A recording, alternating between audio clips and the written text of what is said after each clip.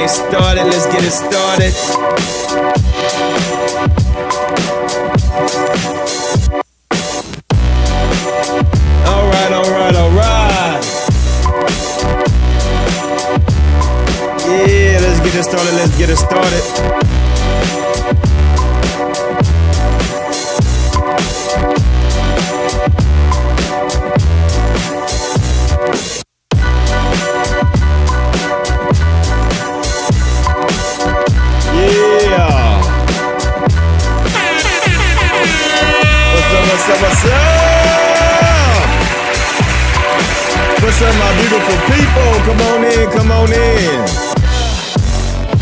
What's up, Clancy? What's good? Maybe I'm painting blue. What I'm about to do is show your love.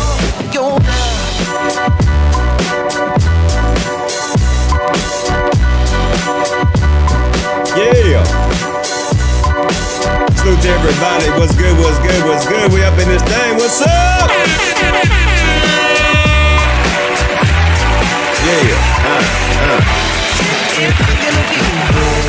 Maybe I'm painting blue.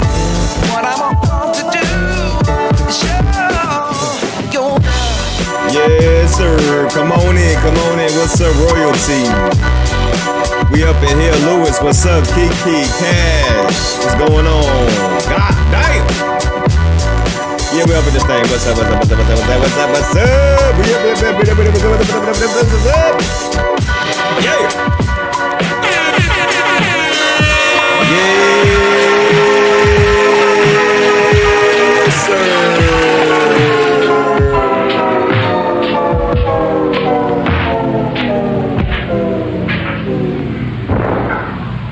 Cut the music. What's good, Water Man? What's happening? I know this is a unexpected live stream, but I need to catch up to good old Aki Wacky's live stream because he was saying some stuff like I'm like a couple of days behind, so I'm gonna try to knock down all of these. Pause, no Diddy. So I'm about to run through like 4 or 5 different Akademiks live stream videos because I'm far behind, and he was saying some wild stuff on that on those live streams. So we gonna be talking about that stuff, and it's like just a whole bunch of topics. It's not just one topic, it's a whole bunch of different topics that he's gonna talk about. So that's what we gonna do.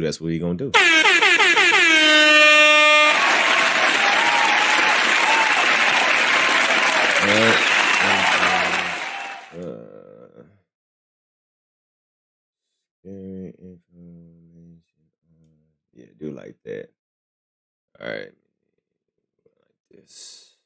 Hold on.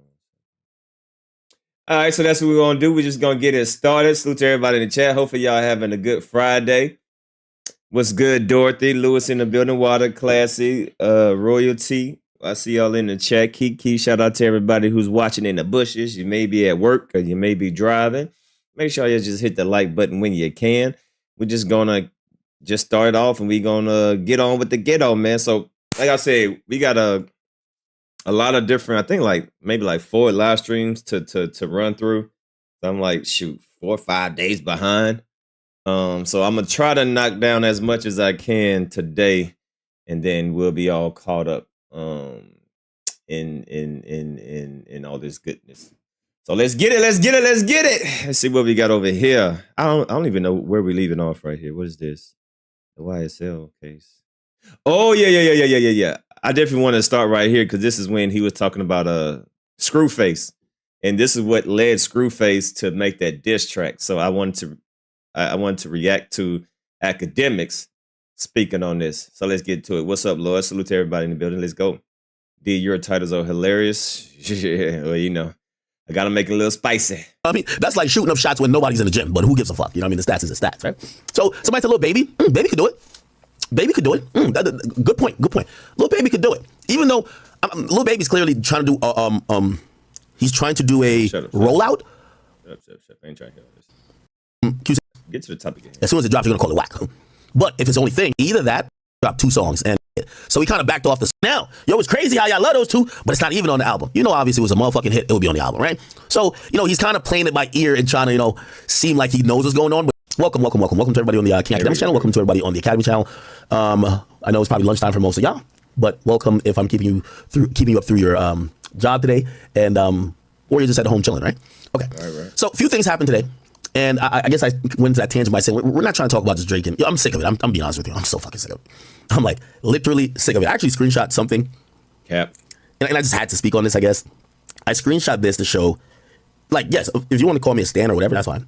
But like, the cynicism of fans are also like just too much. And I mean it on both sides, right? Look at this. Look what I seen today. I think I was going to tweet and respond to it just because of how ridiculous it was. But I was just like, let me just save it for the stream, right? Screwface G. Like, I can't wait for Dirk's trial to get back popular or something. I want to talk about everything but this. This is like weird. Anyway, so this random guy, I don't know who this guy is. I see him tweet at me, but it's now once again, so he's gonna play it off like he don't know about him. Well, maybe he don't know about Screwface, but I'm sure most of y'all know who he is. He does reaction channels. You know, he got like 1 million subscribers, so I'm sure most of y'all know him if y'all don't. But he gonna act like he don't know who he is, and he's just some random person, right? So that's what started off. This is what gave him the reason to make a whole diss song about him, right? So this is where it began. So I want to react to this. It's so funny how fans just think like this. This is how fans think. This is how fans think right here. So this is a clip of me congratulating Kendrick for his album doing 319 first week. And I said, listen, all things considered, when we look at streams and we look at sales these days, Kendrick is, Facts. you know, Drake is essentially a pop star. It's really unfair. And by the way, you know, these days I see like the OVO fans, they're getting mad at me too, because you can't please everybody, right? Because everybody wants me to pick a side. Yo, I'm doing what I'm doing, brother. Okay, I'm not here to just like ride the narrative. Like, of course I like one artist, but come on, relax, stop it. And I can't just flat out lie. So I think, what did I criticize with Drake? I think I criticized one thing. What was it? No, I criticized, yeah, that's what he's saying, right? And he mentions it here. Yo, for the record, I don't like Mealy Mall or Ruri. I never liked them. I never liked these guys, period. It's no surprise. Me criticizing them, though, it has nothing to do with, Drake doesn't do it. Like, people got to stop making up these weird-ass rumors. I just see cope. And I keep telling Drake fans, bruv, if Kendrick gets a win, you don't need to say, well, Drake got to win too. Just relax. Bro, they're both great artists. Let the dust settle. And also I keep telling stupid Drake fans, when everything Kendrick does, you bring up Drake, you're promoting the nigga. Same thing when Drake does something around any big Kendrick announcement or album. Just chill. For example, he announced a stadium tour. That's really good. That's a big W for Kendrick. You can't say nothing else about it. It's a W. You don't have to tell me that, did you know that, Drake just sold out this shit in Australia? That's cool too. Like, you don't have to put them against each other like that. It's fine. So anyway, I think that this was me just like kind of, I congratulate him on his album. And I said also, it's not fair to compare him to Drake. Drake's a pop star. And really, the level where Kendrick's at, he's at the level of where Future is. Future would sell 250,000. Kendrick would sell 300 something. Now, if you want to say Kendrick's a little above him, whatever, but they're in the same league. But I do think it's unfair, and I think this is a Drake fan coping tactic to try to combine or put Drake against Kendrick. I keep telling y'all, the numbers will never be in Kendrick's favor overall. This finite moment, which is at this point for 6 months, Kendrick seems to, for new music. Exactly, right? So now he's a pop star, which goes back to what's his face? What he was saying. I just draw a blank. Most Def, right? That was what Most Def said. You know, Drake is not really a hip hop artist. He's a pop star. He's a Target. You know, his songs can be played at a Target, right? So now it seems like Akademiks just confirmed that theory. Music be streaming more than Drake new music. But overall and catalog wise, for 15 years, Drake wins that conversation by like the factor of 3. So like it's like a stupid thing to even compare both of them in, right? Anyway, that was a clip here, and I see this guy. He just said some random shit, and I'm like, yo, is this how fans think for real? He says, I see Ak been trying to do a soft rebrand. What are y'all? Yo, y'all fans have to, like, you got to clock into work in this, right? When you tweet something like this, clock into work. He says a rebrand. These are the same people that have no idea that I've been at times some of Drake's biggest critic. Also, for the majority of my career, even though I've liked Drake's music the most, anybody who's put out music, and that's my preference. I've covered 6ix9ine in media more than I've covered Drake. Drake, I mean, he's never been that controversial. And we haven't until now. I mean, obviously we had times and beefs and shit to pick apart his life. But a lot of times he's just doing what he's doing, just dropping music and going ahead. Niggas like 6ix9ine, niggas like Durkin and Youngboy, I've picked apart their life and talked about them a lot more. So when I see like a random weird fan, like, Ak is doing a rebrand. So once again, so now he's calling him a random weird fan, even though he got over 1 million subscribers, and he's trying to act like he don't know who he is, right? So Screwface got over 1 million subscribers. He gets hundreds and thousands of views, and just trying to say he's some random person. You know what I'm saying? So he was definitely trying to undermine his success on YouTube, you know, to have 1 million subscribers and to consistently, you know, have over 100K videos, every video 200K videos. I mean, that's pretty good. So just to say that he's some random fan is very disrespectful. Very disrespectful, right? This is when I realized y'all literally think this is politics. What? He's like, yo, he's trying to do a soft rebrand where he shows .love. A rebrand? No. I give Kendrick credit, and I don't give a fuck about this. I don't give a fuck about these niggas like that. If you're not making music that moves me, I just don't care. Like, you're gonna see, I think Kendrick pulled a really good move with this tour. But I still don't, again, I don't know if TDE and PG Lang is running to give me tickets this time, but who gives a fuck? I don't really give a fuck about here. Like, let me tell you this. And this is just reality of it. salute to PG Lang, salute to Dave Free. Dave Free was standing right next to me, brought me into the whole Kendrick thing. It was amazing. Watched it. It was a really good performance. That's when I realized, and I went over this with Shot. Kendrick is one of the few artists that I think would translate to an arena, no, to a stadium. I've asked the question multiple times. Why doesn't Drake do stadiums? Why doesn't this artist do stadiums? Why are you doing four consecutive concerts in an arena when a stadium usually is 40 to 50,000 people? An arena is like about 16, 17. If you're doing if you could do that 2 nights in a row or 3 nights in a row, you absolutely could do a stadium. Why not do a stadium? The answer that I heard the most, because again, when we think about touring and we see Taylor Swift, Bad Bunny, and these people dominate the weekend as well, I say, why are these other guys not doing stadiums? You know what they say? Hip hop sucks in a stadium. Half of these niggas, all they do is do karaoke. Like, they're not doing a Chris Brown like show. Like, a lot of these, like, respectfully, hip hop performers are garbage. They don't rap half their words. They can't sing like how the record is. Like, it's a sham. This is a sing along. This is a party. Okay? The production aspect is really low. They're low energy. So you need to be in a smaller venue for it to connect.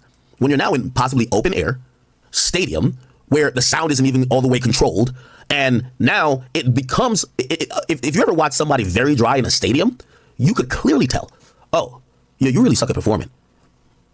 Now, I'm not saying that Drake or anyone sucks at performing, but if you've ever seen any of these guys show, you get to quickly realize who could do a stadium. I watched Kendrick's show. The nigga has a fucking amazing show. Like, you could tell it's really choreographed, and you don't see that from rappers, especially rappers with hits. I went to Drake's show. It's a sing-along. It's a party. The nigga can't even sing his own songs. The fans are singing every word. Damn. Yeah.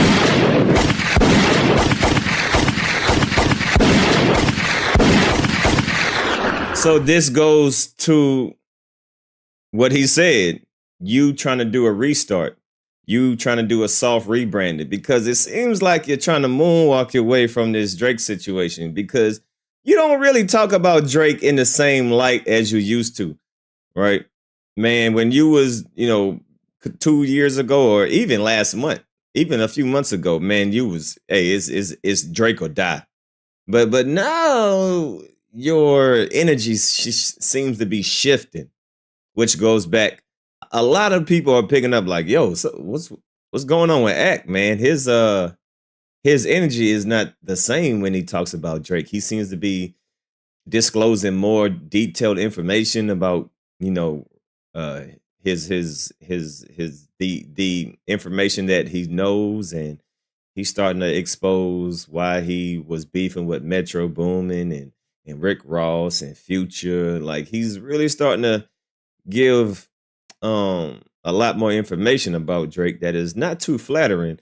Not to mention that you had that weird ass, whoever that guy was, that Julian guy that was on there talking about Drake scammed him. Like, why would you have somebody on your platform that you rock with allegedly scamming him out of $3 million, and he's coming on your platform saying that Top 5, that Drake paid Top 5 $3 million to shoot up The Weeknd's house, right? That's not the most flattering thing. So people can see the sidestepping that you're doing, right? Which goes back to this right here, the soft rebranding. People notice it. People notice it, that you starting to switch up your energy towards Drake. Everybody sees it. They just love him. Like, oh my God. Like, he starts to sing a song, the fans just take it away, right? To the point, Drake don't got to bring up dancers. None of that. I mean, he got some light shows in this and third, but he doesn't. I seen that nigga Kendrick. He trying to play the piano. He's over here doing some type of walking. He always doing some walking, whatever the fuck, doing like the black version of Donald Trump dance. Yeah, like 15 people come on stage. They're mad organized. They look like a militia. Like, that plays good. That look like some Beyonce Renaissance shit. That's what she did in the stadium. Makes sense.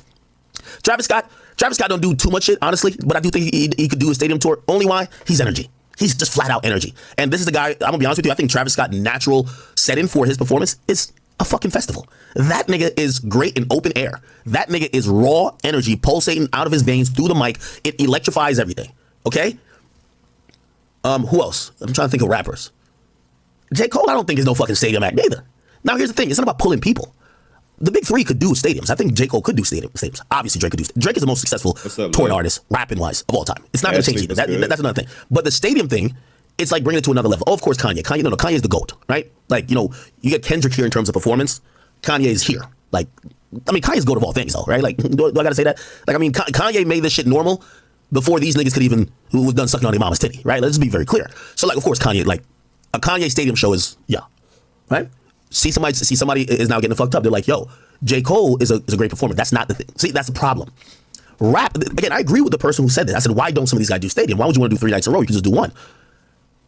Rap doesn't, like, a nigga just standing on the mic, just rapping, doesn't perform like, have you watched a Beyonce show? Also, here's another thing too. I personally don't believe you should even step foot in a stadium if you don't got at least a band. Half of these hip hop niggas rap over backing tracks. Let's be honest. If you don't have a band, if you don't have dancers, choreography, you shouldn't step into a stadium.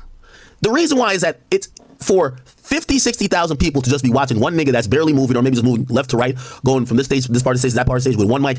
That's just not appealing. And especially the prices that they're going to want to charge for a stadium. So that's why let's keep these things in arenas. So anytime I think about stadium, it's not about who could pull what. It's about who could put on the show that could fit it. No, I'll take that.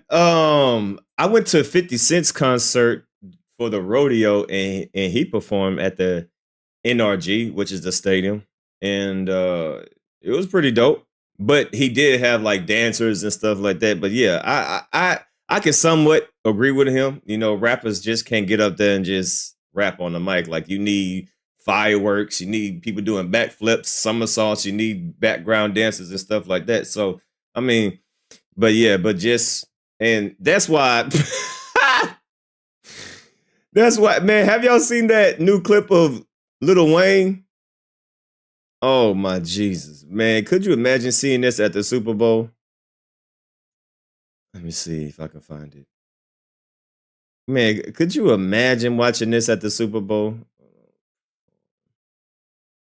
There's another video going around that I seen.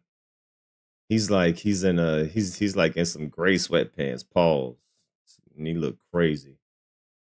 Damn, I seen it on Instagram.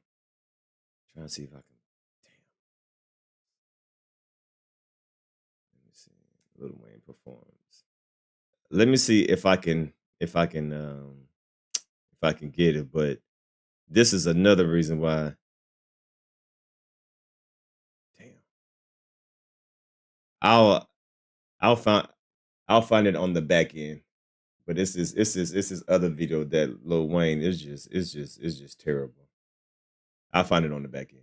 I'm going to be honest with you. I thought this was an amazing move. I guess I'm going to the Kendrick topic a little bit. I thought it was an amazing move by Kendrick to do a stadium tour. Why?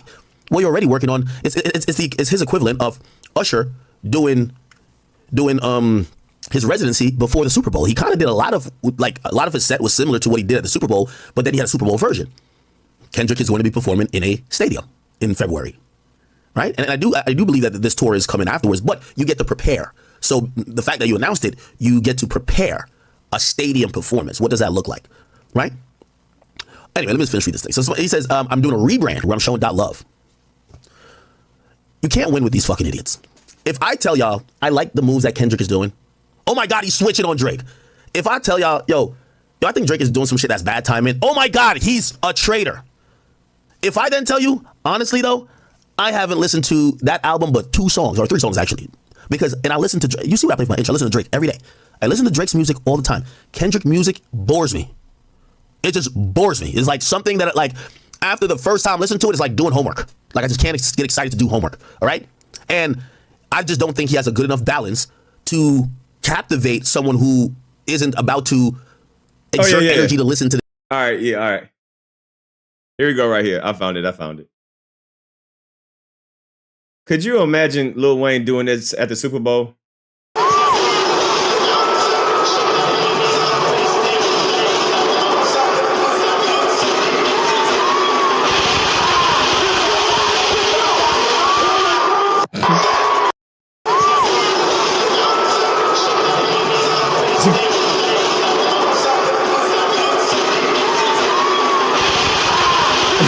See, this is why, Lil Wayne, you ain't get chosen to perform at the Super Bowl. Could you imagine him doing that? What is you doing? Like, what the fuck?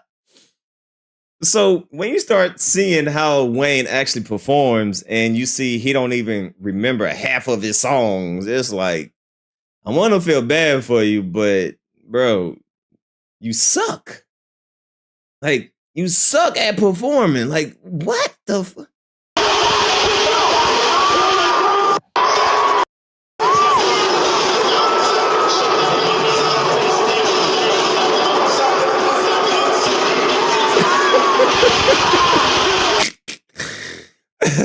So yeah, so you know what? I can agree to a certain I can agree to a certain degree with academics. Like most rappers don't know how to perform and to captivate a whole stadium, tons, thousands of people. You know, you can't just stand on a mic and just say a hip hop, a hibbit hibbit to the no. You need background dancers, you need fireworks, you need fire, you need people doing,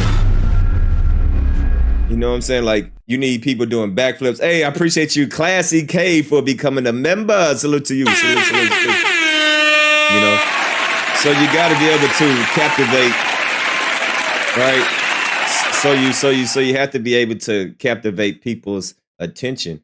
And from what I've seen, I haven't been to a Kendrick Lamar's concert, but the concerts that I have seen that he performs at the Grammy and stuff, like he is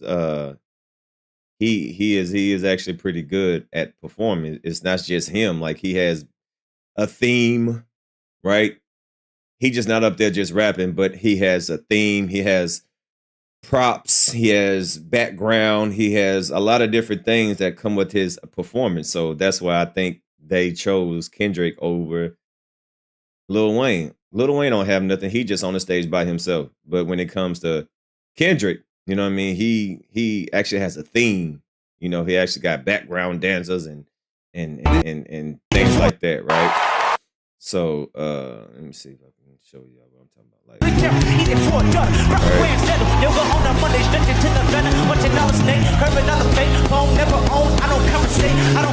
Right. See, as you see, he got people dancing in the background. It's not just him just rapping on stage, you know. So I think that's why they definitely chose Kendrick, because he's gonna bring the art form of performance, if that makes sense. To this music all the time. Also, maybe it's just not my wave.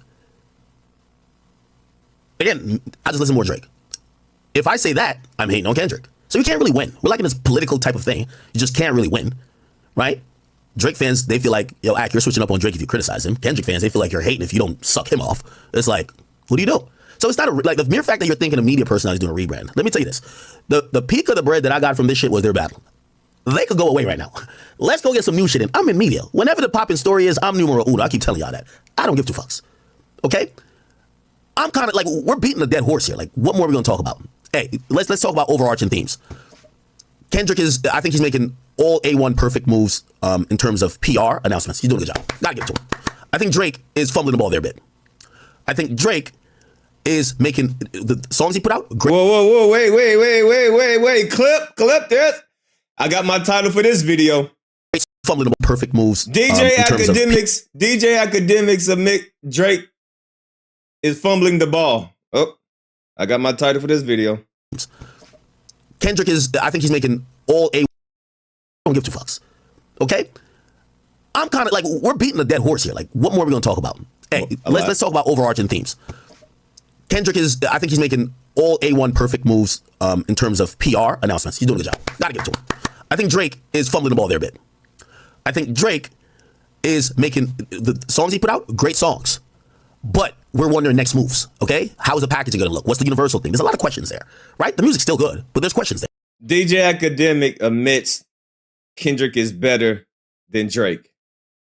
DJ Akademiks admits Drake is falling off. DJ Akademiks, yeah, something like that. That's going to be the name of this title. Yeah. There, right? Yeah, but there's questions with Kendrick too. Okay, Kendrick, like, what's the next thing if because it looks like Kendrick's next year is going to be an offset off. I don't think Screwface, I don't think Ak is going to, I don't think he is going to respond to Screwface diss. Because if you watch Akademiks live stream, people in the chat is like, yo, react to Screwface. And he just ignores it. So I don't think he's going to respond. But if you actually watch his live stream, people in the chat be like, yo, why you ain't say nothing to Screwface? And he be looking right at it, but he don't pay no attention to it. So I don't think he gonna make a reaction to that diss song. of this battle. Like he's literally planned his next year, and every time we see him in a moment that we're saying that's dope, the second thing we're gonna say is, damn, I wonder what Drake thinks. And I would imagine he wants to get past that too. Yes, you want to do your victory lap, but eventually you want to get wins that they don't, because you're never truly number one if every time you get a win, they compare it to the last nigga that's number one. You want to be the barometer for success, where when it's turned around, that's when I know Kendrick is truly number one. When Drake does something and they said, yeah, but Kendrick, I wonder what Kendrick is feeling about this. You know what I'm saying? Like everything, like the narrative around Kendrick and everything he does, even the album, even this tour, even it's like, well, how does this kind of matter with the Drake thing? The conversation, I'm being honest, like some of y'all gonna listen to this. What you talking about? Everything that Drake does, people say, well, I wonder how Kendrick feels about this. What you talking about? Every time Drake posts something, every time he posts an IG picture or a caption, people are relating that to Kendrick. So what you talking about? Wherever y'all listen to it, and y'all, oh no, ask Kobe. No, just really answer these questions, and it's not to help either out, but answer what's the main narrative around these guys. The main narrative around Drake, and I'll be honest, is his reign about to end? Is the empire about to topple? Yes. You get what I'm saying? Are we tired of him? Is he burning out? Yep. Is he at a point where the music can't connect? Is he now making mistakes that are missteps? Yep. You get what I'm saying? So that's how kind of I view it. And I think both have to address those two things, right? I think Kendrick's truly number one when his actions the narrative isn't around what Drake and his fans think. And I think Drake's narrative is, when y'all are not talking about is my reign over. And by the way, Drake has went through this 3 times, I believe. Obviously with the Pusha T thing, right before the beef with Meek. And I forgot there was another time where people just kind of felt like, maybe he was falling off a bit, and then he responded like with music, but in a really big way. And life went on after that. What's up, Culture? What's good? What's up, Soul? Right. Cool. What's anyway, up, let me just finish reading this tweet. Okay. All right. So it says, you say he's criticized some of Drake's moves. Okay. All right. And this is where I would probably stop and just even address this person. You're watching my clips on Twitter, and respectfully to everybody who posts my clips on Twitter, I'm pretty fair with letting people do what they want. But you guys are watching salacious clips, right? Like, after one stream where I had about like a good 20 minutes of going off on certain things about Kendrick, the entire internet captioned it, Ak is crashing out on Kendrick. I gave the nigga mad credit in a lot of parts of the stream. That conversation happened to the part I'm not giving him credit. But of course that part. Me? That's exactly what my title would say. Yep. Hey, Ak, I know you be watching my videos sometime, because I'll be so Akademiks just crashed out on Kendrick. Me? Come on, Ak, man. Get my credit. I know you be watching on the low. I know you be watching. Part went viral, so now they're like, oh my God, I would encourage the people, we live in the clip culture, try to watch the entire context if you can. But I do get it. This is the election, right? It's like, if you're a Kamala person, to admit that Trump said something good is like fucking almost like hurting yourself, right? And it's the same thing vice versa, right? Of course, it looks like it hurts him to do it. How does this make sense? Like, it hurts me to just say the truth? Okay. I don't know if it was GNX, the 2 lawsuits, the Drake streaming with the other guy instead of him, or Millie Mall. I hear him say things he would never utter during the battle.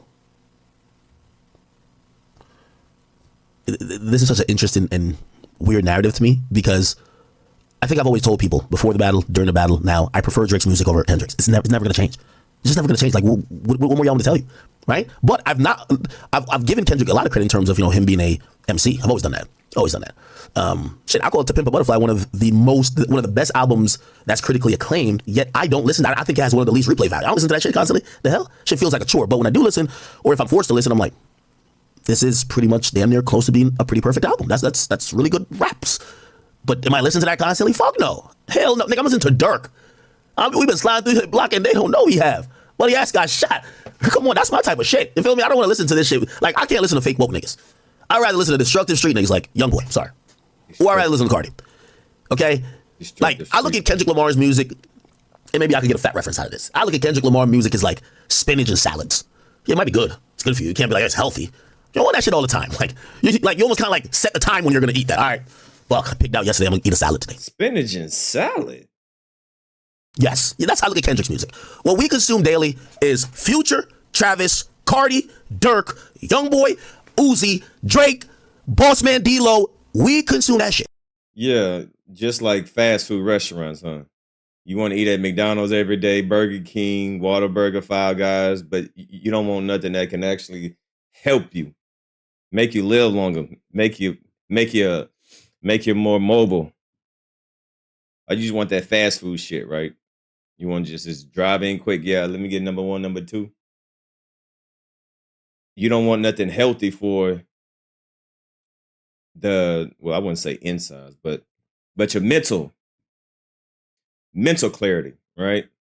You don't want things that can actually help you. You want things that can destroy you. Okay, I get it. Kendrick is like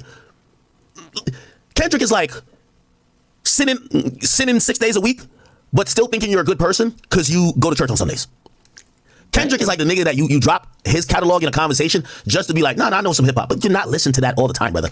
Well, as soon as you get in the car and there is a hint of females, y'all about to go to the club, mall, y'all even go to Chipotle, not playing that nigga's music. You're not. Oh. That's just a reality. Dottie getting it. Yo, put on that Sexy Red, that Glorilla, that motherfucking Lotto. And that's just how I look at it. I don't know how y'all look at it. Hey, not everybody's going to the club every day. Who's going to the club 7 days a week? Of course, if you want to, you want to have fun, but damn, are you having fun every day? You don't want to just chill and just vibe and just, so all day, every day, you want to listen to Sexy Red. Get it sexy. That's all you want to listen to. It's a time and a place for everything. Of course, people want to get a little, a little ratchet, a little hood every now and then, but sometimes people just want to chill. People just want to vibe. People don't want to turn up all the time. Like, just speak for yourself. As you said, speak for yourself. Not everybody is not on that time. Some people likes to be diverse. Yeah, they may listen to Sexy Red every once in a while, but the majority of the music, they might like jazz music, up tempo, Zydeco. They may like R&B. It ain't just about sliding on a nigga and killing somebody. You got to grow up eventually, Akademiks. You got to grow up eventually. I've been trying to find a guy who, throughout his day, continually bumps Kendrick Lamar. I ain't seen none. I probably got to go to West Coast to find them niggas. I don't see them. Truth be told, okay? And it's not like a diss, right? Because two things could be true. We be giving him like all the, like, yeah, all right, cool. Well, technically he's one of the best and this and third, whatever. But most of the people, even the ones on Twitter, saying that they listen to Future more than they listen to that nigga. That's why when people said that, when I said he's on the level of Future, in terms of like there's a lot more music than just Drake and Sexy Red and Lil Durk. Like I love all type of music, Afro beats, Jamaican, African music. I love all sorts of music. Jazz. I love jazz. Whatever people thought that was a diss. I think Future is the single most important artist in hip hop. Period. I've said that before. I said if call it Glaze, I think he's more important than all these niggas. Culturally, I don't think there's no more influential and important artist than Future. I don't think Kendrick inspires art like how Future inspires art, personally. I don't think Drake inspires art like Future inspires art. That's what I personally think. I've been saying this. Okay. He says, OVO fans need to stop being delusional in the clip where he addresses Mealy Mall. I could be wrong, but I peeked a little shift. No. And this wasn't like, I see the little OVO fans kind of like get their little panties in a bun. Shut up. Like, I'm not here placating to none of y'all, okay? You right? Like, I'm not here placating to none of y'all. And just to let you know, don't let me start shitting on y'all too, because I shit on everybody. I'll big up the bars of times and shit on them too, please. I shit everybody on everybody, okay? The only thing I told y'all to stop being delusional about, and really, I question the veracity. Like, I of course know Mealy Mall talks to Drake. I'm questioning this narrative that I believe is a cope. And if Drake said it, I believe it, but he didn't say Drake said it. So if Mealy Mall came out and said, Drake told me to tell y'all he's performing at the World Cup halftime show, I'd be like, oh shit, that's a real thing. That is going to be fucking huge. I'm just saying, from what I look at right now, the whole narrative that, trying to counteract, remember, Kendrick's getting a win here with performing in the Super Bowl. Let's show him we could outdo him. How are we going to outdo him? Well, Drake is performing at the World Cup. Where is the proof of that? You just mad because Drake didn't tell you that. Now, if Drake would have told you that, you would have been cool. But now Drake went to your enemy, Maul. Now Maul has the exclusive information. At once you was Drake right hand man, but your position might be switching. There's a reason why he never came to your platform, man. He's going to everybody else's platform. As much as you meat gobble Drake, Maul is definitely a meat gobbler too, but he don't do it as extreme. He is extreme with his, with his meat riding paws, but the length that you do it as as often as you do it. You be on live stream, damn near about to pass out, faint, drink. You lose your voice. You damn near about to catch a stroke. Drake seems to give him information that he don't give you, and I think that's on purpose. So you might be fading off, and Maul might take your spot. Have you thought about that? I bet you Maul is gonna get an interview with Drake before Akademiks does. That would be hilarious, man. That would be hilarious if Drake and Maul do an interview and Akademiks don't. Boy, man. And I think Maul and Drake have some actual I don't know what but it seems like they may have, a connection. I don't know, but it just seems like it. And I think you might be a little jealous of that. I think you might be a little jealous of that because you feel like your hard work hasn't really paid off the way that you wanted to, because you really want that interview. That's what you really want. But you ain't gonna get it. Dip for my live act. Dip. He told you he ain't gonna never give you that interview. He said he ain't gonna never give you that interview. And you still trying to get it. I think Maul might get it before you. That conversation piece was out before Mealy Maul said it. Where did it come from? It showed Drake being an ambassador. And by the way, I believed it at first until I did my research. Yo, there's 17 host cities. There's an ambassador in every fucking city. It's 3 countries that's hosting the World Cup. They're going to have a halftime show for the first time, and they haven't announced what musical performance is going to happen. So I'm just trying to tell all the Drake fans, bruv, y'all don't got to just make up some random bullshit. And also, here's the thing. We don't know if the performances will be at any other show besides the final. Maybe Drake does perform, but it's not the final. My point of contention is none of those shows are bigger than the Super Bowl. That's not giving Kendrick credit. That's just a fact. Only the motherfucking World Cup final is going to be bigger than the Super Bowl. So unless Drake gets announced, and I don't give a fuck if Mealy Maul breaks an exclusive. I don't care. Right? As long as it's actually what it is. Until FIFA says it. If FIFA says it, you'll hear me come back around and says, oh, no, Kendrick, that nigga got you. But I'm not going to just make up shit to make Drake fans feel good. Get the fuck over it. Kendrick's at the Super Bowl, nigga. Get over it. Okay? I thought we got through y'all niggas cope with Kendrick at the Super Bowl with Drake already saying, I turned the shit down 3 times. And that came through Mealy Maul too, which that was, people corroborate. Yo, that's true. You get what I'm saying? So it's like, cool. Drake turned it down 3 times. Fine. All right. Go have your Super Bowl. But now y'all trying to create like a different event. And the different event is you got the Super Bowl, but you ain't get the World Cup. Like, stop it. You get what I'm saying? Stop it. It's okay. This moment the reason why we're proverbially stuck in this Drake and Kendrick back and forth, and Kendrick, this is where I think Kendrick is smart. It's because of you. We're still talking about it because of you. What you mean? You the one that keep talking about it.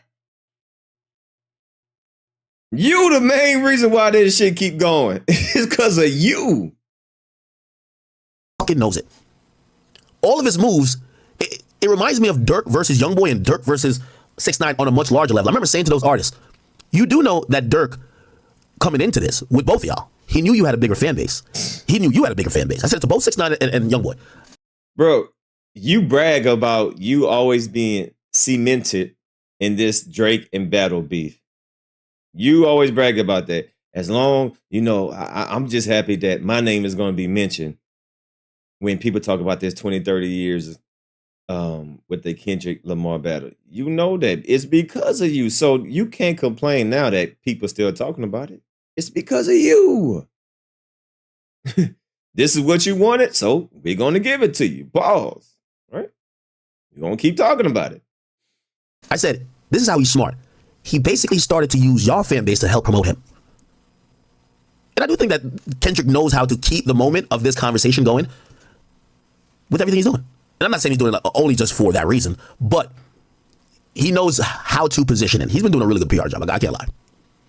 But that's it. So that's what I'm trying to tell y'all fans. Please just stop it, bro. Just stop it. Please. Just stop it. Like, it's okay. Both of these artists are going to get their win. The Anita Max tour, I think it's bad timing. Don't perform on the date that motherfucking Kendrick is at the Super Bowl. But you going on a tour, a world tour, international tour, doing Australia, I think that is dope. That's dope. Do I think that Kendrick announcing a stadium tour means I have to compare that to Drake doing an Australia tour and how quickly he sold out this? No, it's 2 different things. It's two different things. Like I think Drake fans feel like they're still trying to prove themselves. I don't care what tour Kendrick announced. I wouldn't give if I'm y'all, I wouldn't give a fuck until call me when box office has told y'all the totals of the tour. And if it ain't over 320, shut up. I don't care where he's performing. He could perform on the moon. If it don't say over 320 million gross, I don't give a fuck. That's how it should be looked at. Not like, oh no, well, the Anita Max tour just sold out like 2 days and we put in a third. Who gives a fuck? They're not comparable. One nigga just dropped an album at the Super Bowl and he's dropping the tour for his album. But of course, I'm looking at it today and I'm like, even I was forced to I didn't even post Drake's tour because I'm like, yeah, rappers perform all the time. I'm not gonna sit here and post every time Drake fucking pops up somewhere, like unless he's like saying something that's a clip worthy thing. But even I had to post like the Kendrick shit today, and I didn't post at least on my page. I didn't post the Drake shit. You know why? Because I'm like, this motherfucker knows how to just get everybody talking. He knows how to. That's a good way how to. And then also, right before I post it, I'm looking. I'm like, this. He's also done this in a way. He's getting all the free press in the world. It's a Dirk-like method, except this is way beyond Dirk, obviously. Like, this is top tier shit. But anyway, yeah, y'all fans just kind of cool out with it, man. Like, I get it. We're bored of music, man. That's why we need Cardi. Cardi, and Youngboy, come save the world. Damn. Tired of Drake and motherfucking Kendrick. We tired of these niggas, man. Please, Cardi, drop. Drop. I ain't gonna lie. I've never wanted another artist to drop to take all the attention off because fans are getting, and I'm blaming both fan base, the K-bots and also the OVO stands. They're now starting to go into La La Land a little bit, and I'm like, chill out, just relax, it's okay. Cardi who? Cardi. So for some reason he thinks Cardi is gonna change the conversation. I don't even Playboy. So Playboy Cardi is just gonna change the whole dynamic of people's topics and people's videos. So when Cardi drops, everybody just gonna make videos about him. I think not. I don't listen to his music. I don't care. No, I'm gonna keep talking about Kendrick and Drake, cause Drake is gonna give us some stupid stuff to talk about. He gonna do some duck lips. He gonna be wearing a skirt. He's gonna have a fingernail polish. He gonna have I might as well put lashes in his eyes and all that extra stuff. So he gonna always give us something to talk about. Well, give me something to talk about. It's okay, right? It's not end of the world for Drake. He's still number one. For Kendrick, he's having one of the best years we've seen from. Is he talking about a Cardi B or Playboy Cardi? Either or, I wouldn't give a fuck, to be honest with you. Cardi B, Playboy Cardi, Book Cardi, shit. Whoever Cardi. I don't give a fuck. From artists in a while. Both things can be true. Okay. Let's go check out what's going on with the YSL case real quick. All right, so we got that out the way. Okay, no. Let's go to this right here. Yeah, I got to switch the subject a little bit because I'm a little sick of tired. I'm sick of talking about it, man. Goddamn. No, you're not. Imagine, that would be about 3 shows, right? Then NRG Stadium. 3 shows in an arena. NRG Stadium. 72,000. Now, I should have probably did quick math to see how many patrons this was, because I can just look at capacity, imagine everything's gonna be sold out. And to be very fair, again, just all fairness, if this is anything remotely close, we all know that I believe It's a Blur tour had 90 dates, I believe 86 or 8, between 80 and 90. This looks like 1, 2, 3, 4, 5, 6, 7, 8, 9, 10, 11, 12, 13, 14, 15, 16, 17, 18, 19, 20, 21 dates. So it's about 4 times less dates. However, the venues hold about 3 times more. So he's about to do a tour that's going to be probably comparable in tickets sold to maybe what Drake does. However, I don't think even with this tour, I don't think it's going to come close to or is going to hit It's a Blur tour numbers. Why? Historically, Kendrick ticket prices are lesser than Drake. So Drake charges about like 2.5. So if a normal seat, say this seat here is $220, Kendrick is selling it for 100. So you pay $220 if you go to Drake show for that, and then you pay $100 here. I don't know. Maybe Kendrick raises the price. Now that might get a little bit of backlash because obviously I think the persons who have the highest ticket prices, Beyonce and Taylor Swift, but they can. Like people realize you got to get the mortgage to go watch them people live, right? Like Beyonce got no problem selling tickets for like $3,000, right? She don't give 2 fucks, right? But as a rapper, I think Kendrick got to play it. I think he could raise the price from what he normally did. Like for example, on his last tour, the Mr. Morale and Big Steppers tour, he could definitely raise the price, but he got to be a little bit careful because he's still the man of the people, and he's still the guy who's speaking for the inner cities. So if you start charging prices where, yeah, you can't say not like us, and then you charge prices where it's going to be all white people that got mad money from the suburbs. You know what I'm saying? So I'm pretty sure the ticket prices are probably going to reflect the audience that he either wants to get, or at least reflect, the message that he kind of want to get out there. But he definitely could charge a lot more now, honestly. But I don't think he will. I don't think he will. So based on that, I do believe he won't hit like 320, right? With that, which still, let's look at the top grossing tours. Top grossing hip hop. Yeah, he's talking about these numbers. Shit, I don't give a fuck about all these damn numbers.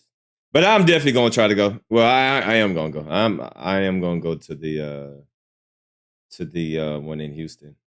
But he's probably gonna still do more in California. I don't care about this. Mid beef. Oh, yo, yeah, this nigga, man, he been not like us. Like, he getting shit canceled this center. Then they also talking about this shit. They're like, yo, well, let's see if he could get this one canceled. It's interesting. I wonder where y'all fall on what y'all think that is. Because me, I feel like people are being a little bit, right? I would imagine the same thing in Toronto. Toronto would look like a motherfucking joke if that happened. Now, granted, I'm pretty sure he's not going to be, well, I would hope, right? I would hope he's not popping up to New Ho King, right? Because I even see Top 5 saying, I respect him if he comes with no police escort. He's coming with a police escort. But he might not go to New Ho King, right? He probably won't go to New Ho King or nothing like that. I get it. But do I think that concert is going to be canceled? Absolutely not, right? Now, I was thinking about this. I've been going back and forth on this. Because I've seen people argue about Drake and the Pusha T thing, and then also like the Schoolboy Q thing. Is canceling a nigga show, or not necessarily canceling, but using your influence that may result in the people that from your city saying, oh, we're not about to do the show. Is that, as hip hop likes to say, police, or is that being a boss?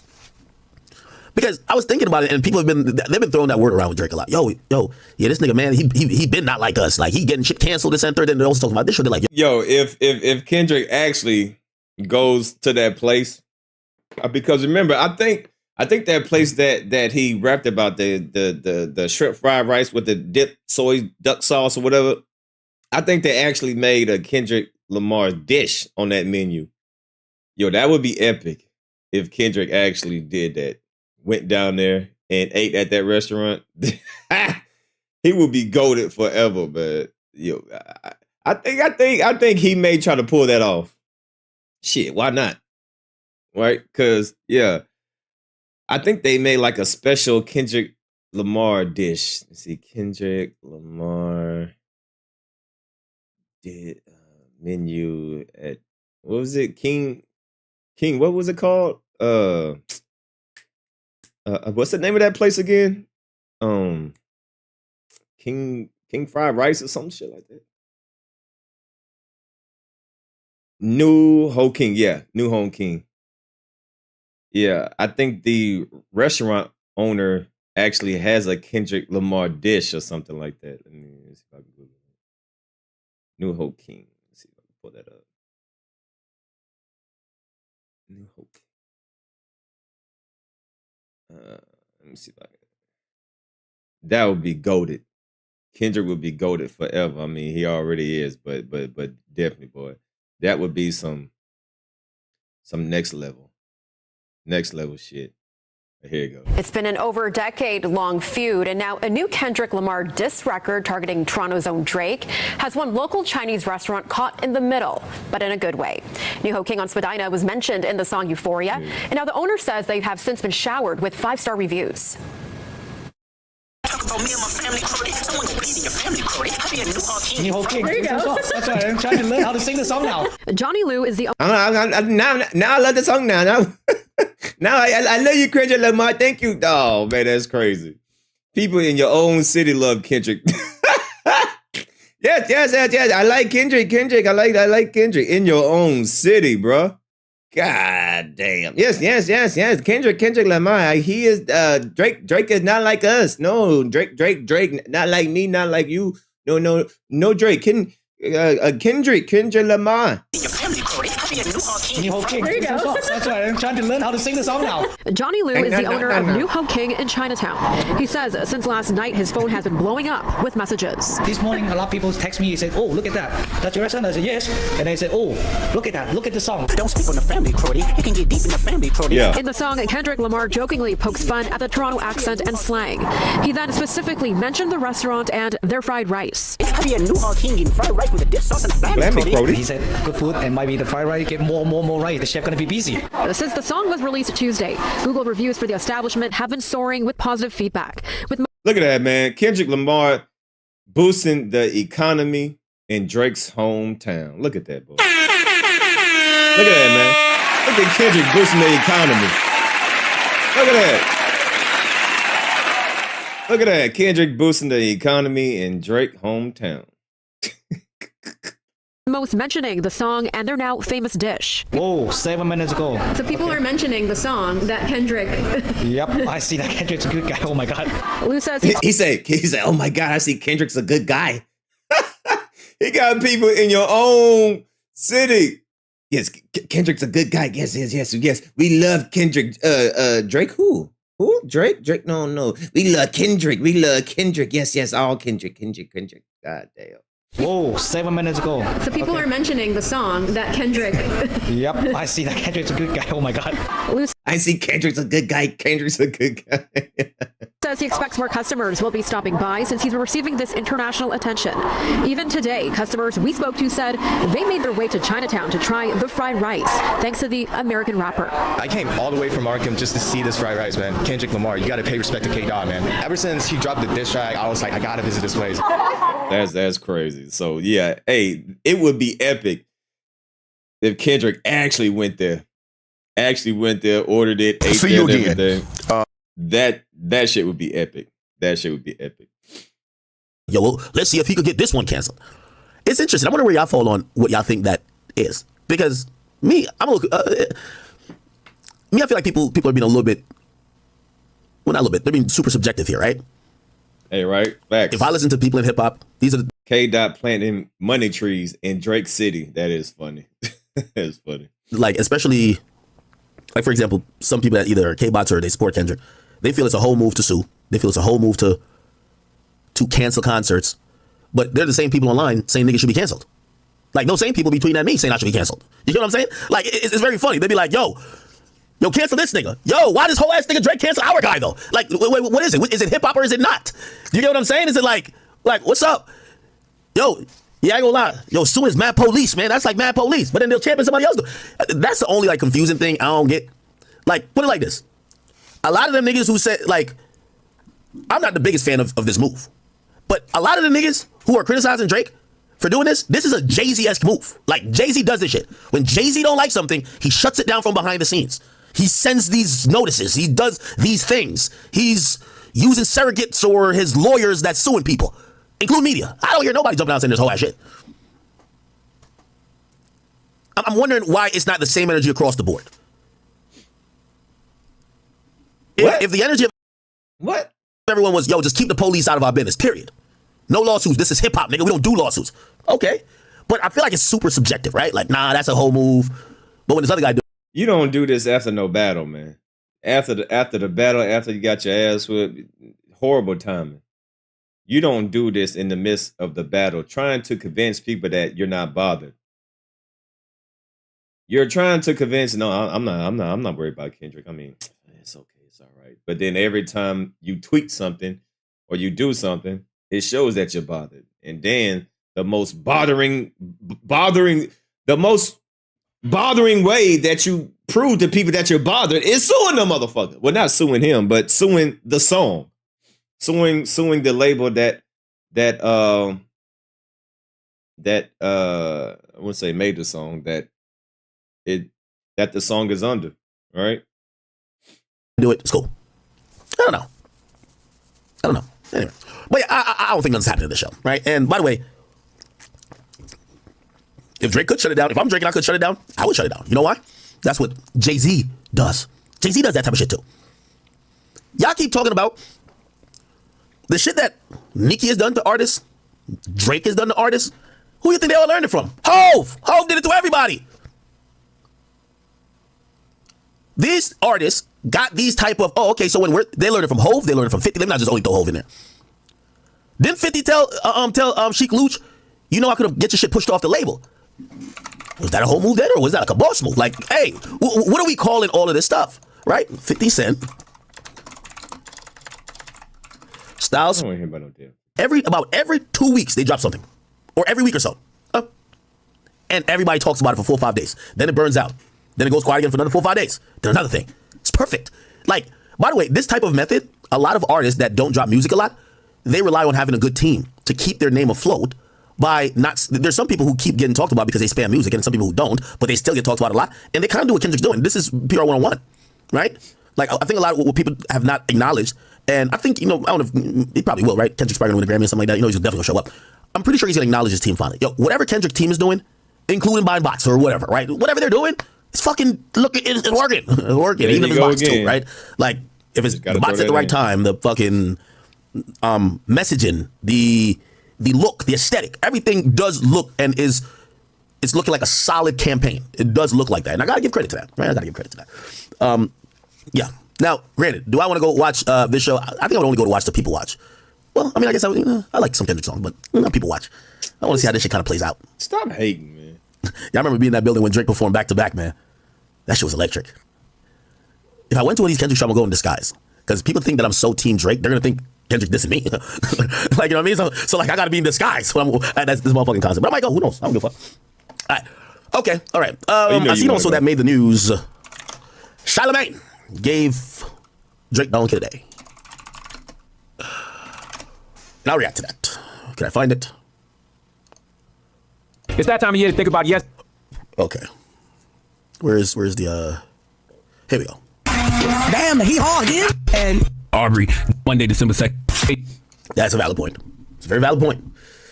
Now, granted, Drake isn't suing, and this is what's lost in it, but again, I keep saying this is the messaging. Drake isn't suing, or his petition isn't even showing an intent to sue Kendrick Lamar. You get what I'm saying? It has an intent to sue Universal.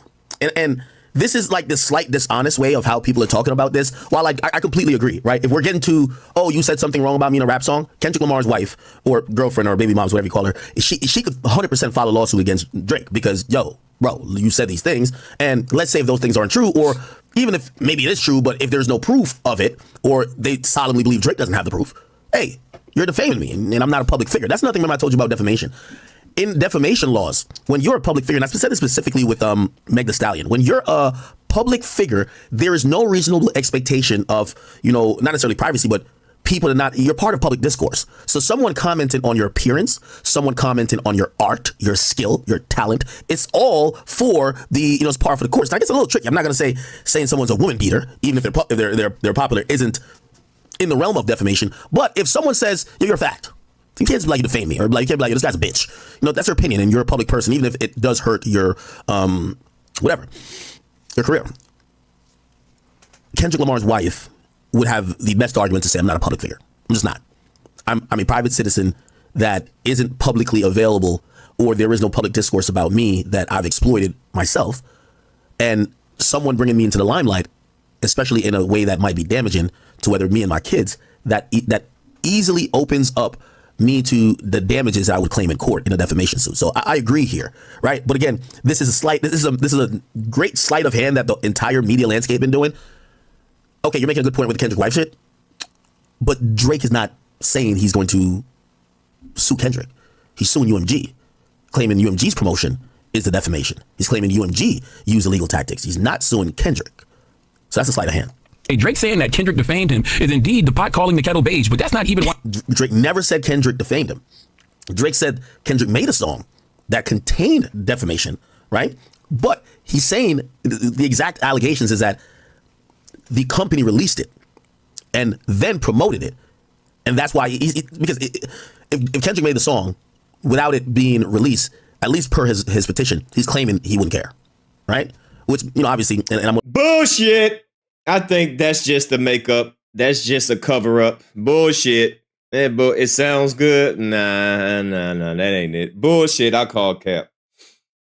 I call cap. He just trying to do it in a way that the fingers won't get pointed at him directly. Oh no, I'm not suing Kendrick. I'm just suing the company. And that's my opinion. That's what I'm entitled to. Like I said, I think he's trying to stop him performing at the Super Bowl. That's what I think this main thing is. He do not want Kendrick Lamar to perform that song at the Super Bowl. He is directly trying to send a message to the Super Bowl, to the NFL. Hey, look what I'm doing to my own company. They allowed this song to be played.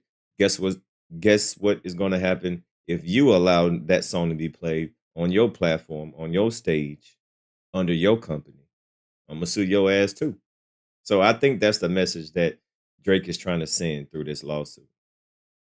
Look, you better not allow Kendrick Lamar to perform that song. And if you do, I'm going to sue you. I think that's what he's trying to do, in my opinion. I want to also be fair. Some people feel like that's a way to skirt around the real person you want to sue. Like, you want to sue Kendrick, but you don't want to get too much heat. Which I think he's getting heat already, but that might be a point too. Exactly. I think this moment in time has allowed people the room to say what they've always thought about Drake, and also basically pretty much almost blanketly, from what I've heard from many people, just say, we've never really accepted you as one of us, as part of culture. Because I don't think this lawsuit means that he ain't whatever. I think if at worst, and we don't know if this is exactly how it thinks, but at worst, this might just show that maybe Drake is caught up in his own bubble, just like every big artist gets to the point where you may lose a little bit of a touch with what the regular folk is saying. The regular folk is saying, oh, nah, this shit lit. And Drake might be like, how is it lit? I don't see it. Remember I said he's probably never heard that song out. And some people took that as I was saying he never heard that song, period. No, he's never been in a public setting, a party, a club, an event, and they played it. So that's almost creating the, like, you're New York, New Jersey, New York City, I can tell the people want it. Yeah, I said that. What's up, Smitty? Hey, what's up, though? Agent Smith, What's cool good? face, 100, super chatted $10. Happy Friday, Wilson, pizza time. Cool Hey, face, pizza thumbs time. up, 100, Smitty. You look like a cheese pizza eating type of nigga. Yeah. You look like you just eat cheese. I don't trust people that eat cheese pizza. What type of pizza do you get, Agent Schmitty? You look like a cheese eating. I don't trust nobody who eat cheese pizza or blue cheese on their wings. I don't trust nobody who eat blue cheese dipping. I don't trust you. You guilty. You definitely have a criminal background if you eat blue cheese. Cheese pizza is childish. It's extremely childish. Like, who as a grown adult eat cheese pizza? Like, ugh. Just cheese and sauce and bread? Like, what the fuck? No meat. Pause. No diddy. Like, yeah, cheese pizza is childish as hell, man. Appreciate your agent for that $10. Ugh. No, hey, and I guarantee you've been to jail for stealing some pencil sharpeners or something. All you niggas that like blue cheese, y'all been to jail. Y'all committed murder, theft, burglary, scam. I bet you did PPP fraud, something. Y'all ass went to jail. Now, I don't trust no nigga that eat blue cheese. Nuh-uh. Guilty. If you eat blue cheese, guilty. around, and out of respect to you, because you're so popular, they won't even fuck with you to play that song. So you never see it. Which if any of y'all have been out and see that song getting played, guilty. You see how there's a vitriol reaction to it, right? It's like a really vibrant reaction. And I think that is something, it's not only to Drake, it's about artists that get to a certain level. Wayne at a point, even though maybe you could argue that Wayne was always just out of touch. When Wayne got to that extremely high point, like he lost touch with everything. He didn't know what's going on. He was just in his own world.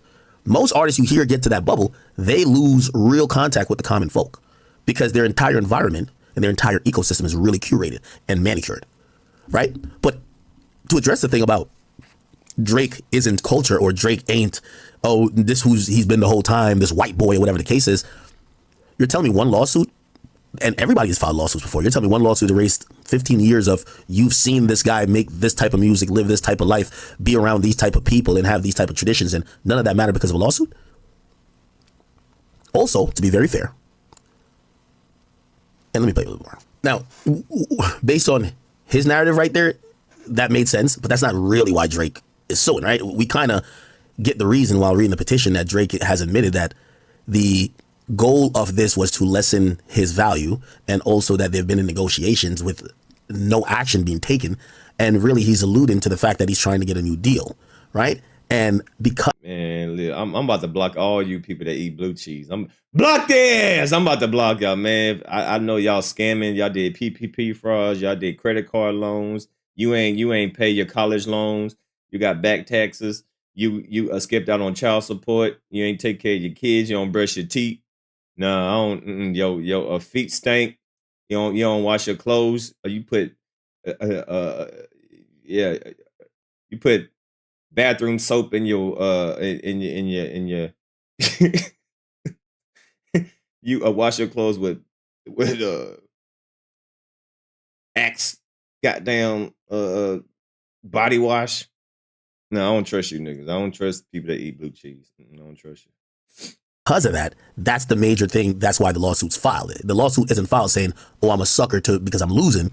The lawsuit filed is because, hey, we think that you're doing things to gain a favorable edge in a negotiation that we believe is not only unethical, but is a bad business practice that should be regulated and is illegal, right? That's kind of what he's asserting. I don't trust you in the chat.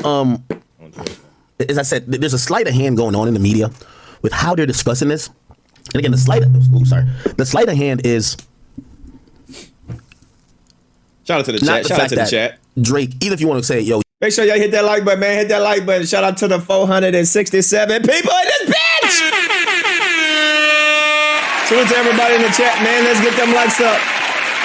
If you're new to the channel, if you're new to the channel, man, hit that like button, hit that subscribe button, man. Can we get 200 likes real quick, man? Run them likes up. Likes is free, man. It's mandatory. Y'all hit the like button. That's the only thing I want from y'all. You know what I'm saying? I appreciate y'all's watching the live stream. Just hit the like button if you're new, subscribe, you know, and sit back and relax. You know what I'm saying? But if you really enjoy the content, the super chat is open and the anonymous link is not pinned, but I need to pin it, you know. But more importantly, man, I just want y'all to hit the like button. All right. Just hit the like button and subscribe. Hit the like button and subscribe. That's all I want from you. Thank you kindly. oh, he's being a bitch or he's upset, but he's upset at what he feels is unfair negotiation tactics. He's not upset about the result of a battle, right? That's a sleight of hand. Oh no, he's just mad because you lost, right? He again, he's upset at one thing, not the other. Anyway,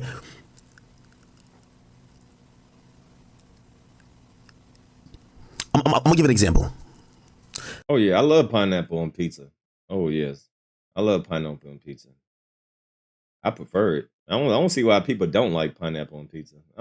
I be hearing people be like, pineapple is not supposed to be on pizza. Huh?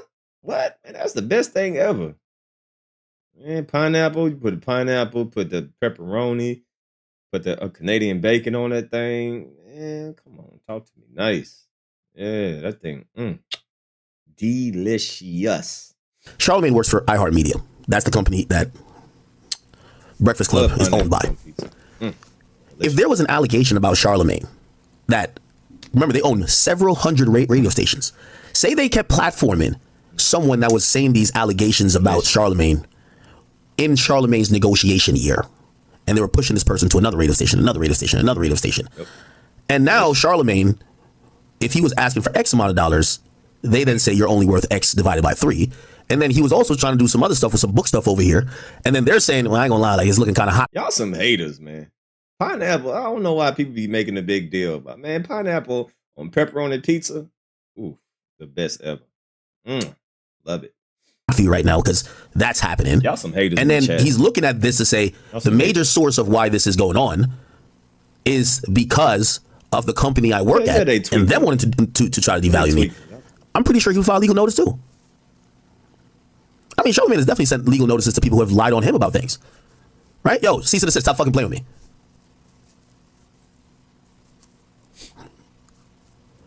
So I'm a little bit hesitant in just blanketly saying filing a legal notice means you're being a hoe. I believe there was a time that Star, and I don't want to dig up no bullshit, but like Star from Star and Buckwild said stuff about Charlemagne, and he got cease and desist. Man, y'all cannot compare pineapples to blue cheese. Do y'all know what blue cheese is? Do y'all know what blue cheese is? Do y'all know what actually how blue cheese is made? Y'all trying to compare that to a fruit that is healthy for you, that is sweet, that has actual taste? Y'all want to dip y'all pizza in blue cheese and y'all wings in blue cheese? You're trying to compare pineapple to blue cheese? Blue cheese? Stop. Now, granted, you might think that's slightly different, but still, if there was an entity platforming either allegations or whatever that was destructive, like there was a time Charlamagne lost a couple of these because of some of the bullshit being platformed. I'm pretty sure if he could have filed legal notices to either correct that or stop it, he probably would. So I don't know if I agree with just blankly saying somebody's a hoe. My comments, I'm making a very concerted effort to try to be as fair as I can. Okay, that is also a point, right? I think why some people are coming to the conclusion Charlamagne is coming to, and what I'm calling a sleight of hand mostly, is because they're saying, and it goes back to what the person from UMG told me. They said, think about how arrogant you have to be in the middle of a contract negotiation, then getting a rap beef. They're like, do you know what rap beefs are? People lie on you. Say lying's always been a thing. This is direct wording from. Do y'all know what blue cheese is? It's fucking mold. What the hell? Do y'all know what it's fucking molded cheese? This is mold. Y'all eating molded cheese. I mean, you might as well dip your wings in a bowl of shit and put some milk in it. From said lying's always been a thing. Tupac said he fucked Faith. What else lie? Jay lied about Nas a bunch. Nas lied about Jay a bunch. Yeah. Lying is part of this. So to have an integrity-filled battle means you didn't understand what a rap battle is. A rap battle is filled with lies. It's filled with slander. So why would you do that during a negotiation? If you know it could go any way and there's really no rules. So that was the point that I thought about. Y'all keep that good. But then I guess to wrap this up was they said, and then I kind of agree. They said let's just throw these numbers out as just to make this make sense. So Drake said he got 400 last time. This time he wanted 600 allegedly. But why would you get in a rap battle? Oh, you got in a rap battle because you wanted to roll the die. You wanted to gamble. Well, you know what happens when you gamble. You can win or you can lose. If he had won the rap battle, do you think he still would have asked for that 600 or would have said, give me 7 or 8? People think that you lost. What happens when you lose in a casino? You don't leave with the 600. You might only have. Y'all over here talking about I eat pork, but y'all the same ones that go to McDonald's, get the drive-through menu fries. I bet y'all love a McDonald's fries, don't y'all? Y'all be supersizing y'all fries. Y'all be getting the goddamn chicken nuggets that ain't even goddamn nuggets. Y'all be drinking all that damn soda. Shut your ass up. I bet y'all motherfuckers at the drive-through line right now about to order a goddamn McFlurry, a large fry, extra salt. Y'all gonna talk about, do you know what pepperoni is? Nigga, do you know what McDonald's fries is? Let's not go down that rabbit hole. Maybe luckily 400 again, or maybe 300. And that did make a little sense because, if you think about it, if Drake did win, you get to ask yourself, does he file the lawsuit? What do you guys think? I don't know. Tastes like still damaging allegations. Still was a really popular song. Tastes like blue cheese. McDonald's tastes like blue cheese smell. Interesting. There's a lot of responses to this. Shout out to the chat. Shout out to the chat. See if I can play a few. Okay. Speaking of timing, did you see Stephen A. Smith is speaking on hip hop these days? Hilarious. Here we go. Man, I can't even eat McDonald's. Like literally, I would throw up, man. I don't even understand how I used to eat that as a kid. Well, as a child, I didn't know no better. But man, I can't even, like, literally, I'm thinking my stomach is queasing. Like I feel like I can throw up just the thought of looking at a McDonald's burger. Like what? How the fuck did I eat this shit? Ugh. involved Drake and Kendrick Lamar. Remember last week I had to talk about this Drake lawsuit thing, right? Well, some additional news that you need to know about. Drake's recent lawsuit against Universal Music Group, UMG, has seemingly backfired, y'all. In a big way, by the way. Inadvertently boosting Kendrick Lamar's streams. The legal filings, which accused UMG of artificially boosting the popularity of Kendrick's diss track, Not Like Us, through streaming bots and payoff. Hold on, I think I already went through this already. Yeah, I think I already went through that. Yeah, I already went through that already. All right, I think we good on this. We're gonna get to the next one. But yeah, hell no, I can't eat McDonald's, man. I rarely eat fast food anymore. Like if I eat fast food, it'll be like Whataburger or something like that. But I rarely eat fast food like that anymore. Okay, I think we're done with this live stream. We can go on to the next one. Okay, yeah. All right. We're done with that one. All right, so let's go to this one right here. All right, so a lot of people now, I made a video about that 50 Cent list, that Drake op list that 50 Cent had. Well, Big Boy is going to explain that it was a goddamn cap, which I kind of figured, right?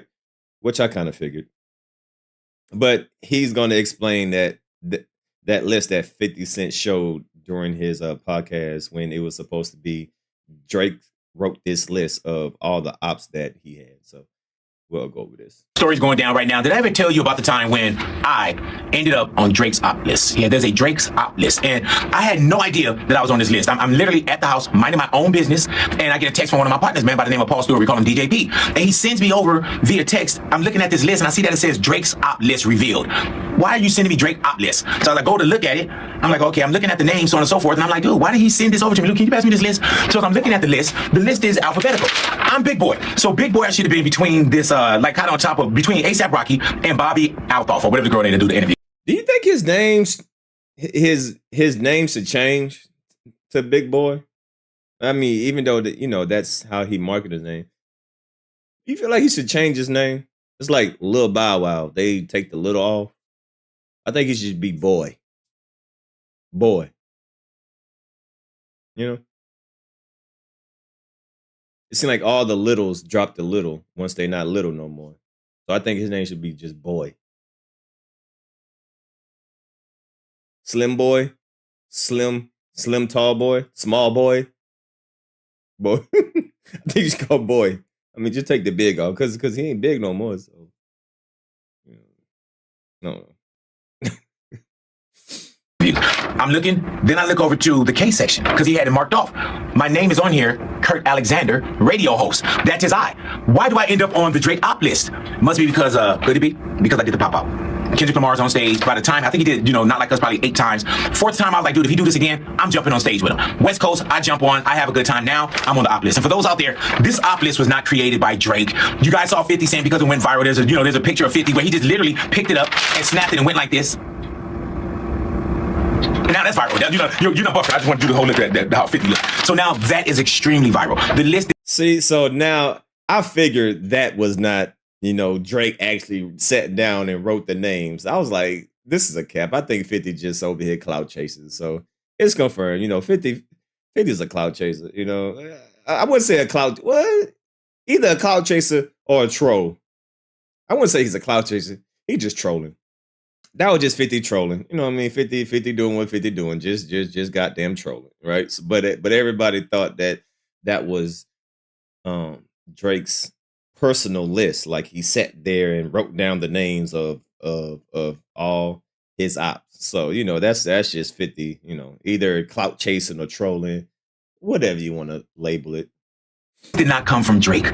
The list did not come from 50 Cent, nor did the list come from Big Boy. But when I look at it, it's great company that I'm a part of. All right, Busta Rhymes. Why would Busta be on there? DeMar Rosen, we know why you're on there. DJ Head, I know why. Mustard, I know why. Dr. Dre from the Pop Out. Dr. Dre is the one that said, I see dead people. So Dre is on there. Of course, Kendrick is on there. Kanye West, LeBron James, Lil Yachty. And then there's a full the company man from YouTube, The Alchemist, the BET Awards, the Grammys, the MTV VMAs, the NBA, the NFL, and also the last is The Weeknd. We are all on here. Roddy Ricch, you're on here. Russell Westbrook, you're on here. Schoolboy Q, I love how they put the entire TDE and they broke down selective members. SZA, you are on here. Damn. It's a hell of a list to be a part of. Serena Williams, you're on the op list as well. Believe that, man. And 50, just when you're taking that and doing this op list is everywhere. And once again, let me tell you, it's not by Drake. Big Boy short stories, all right? I had to tell you about that time. I was on the list. All right, so there we go. So Big Boy pretty much shut down all the rumors that, you know, people were saying that that was Drake's actual op list and 50 Cent had it. No, it was just 50 Cent was just trolling, right? Because he knew that would go viral, which it did. Everybody talked about it. Everybody talked about it. So mission completed by 50, just to get his name out there, right? 50 won a piece of the action. So, you know, that's just 50 being 50.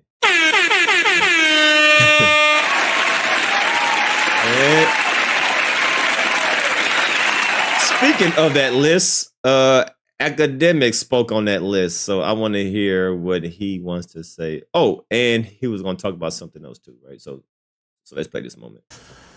This dude said he had an interesting story. I'm listening to the story. I ain't gonna lie. Somebody tell me they're like, yo, Top 5 is gonna join. I didn't think Top 5 was gonna join. He joined and this shit went extra left. I mean, left. Feel me? Julian, my guy. Part 2 coming soon. Okay, we're gonna have a listening session with Julian, man. I could tell. Oh, hell. He could probably be on the next XXL freshman list, man. The way that nigga was snapping. Hell no. We gotta. Hey, do not. Hey, I don't want to see that nigga. Nah, he might turn into actual devil on live stream.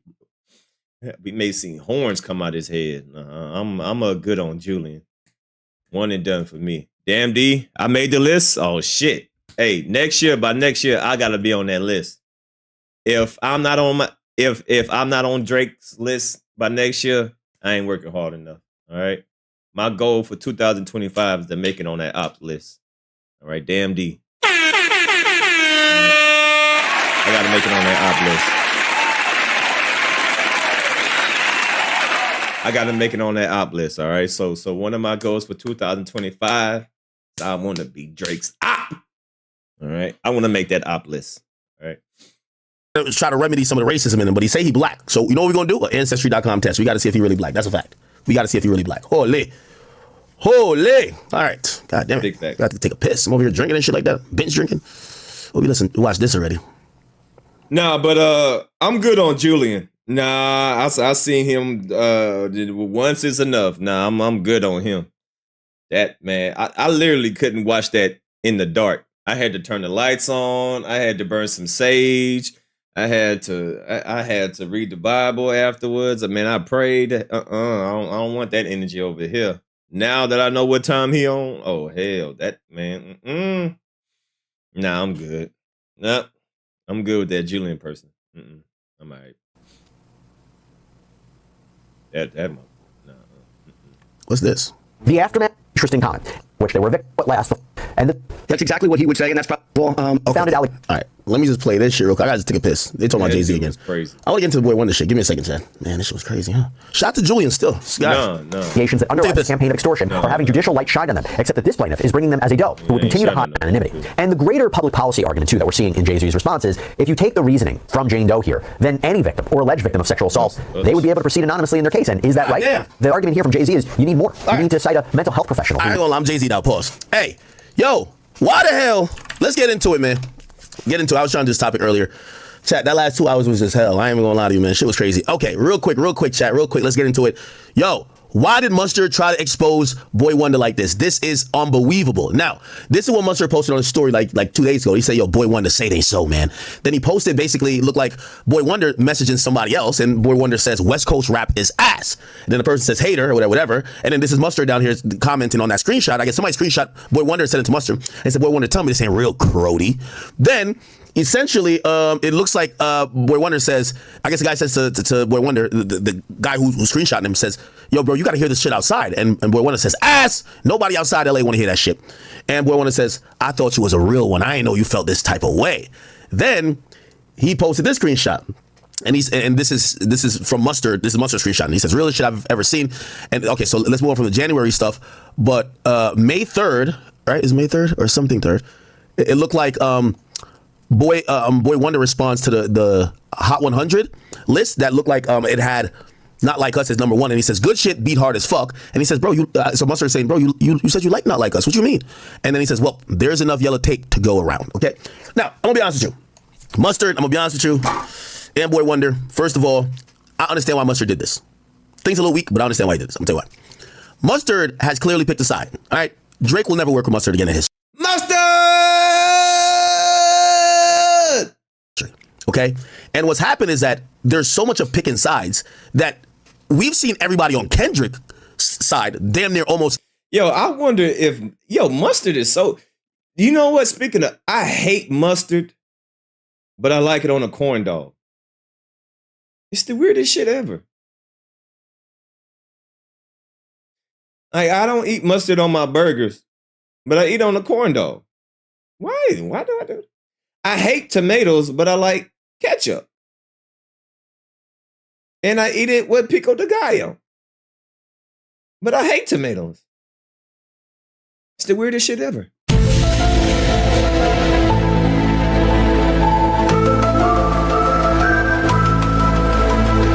Now I do love honey mustard. But just mustard by like regular mustard, like regular like mustard.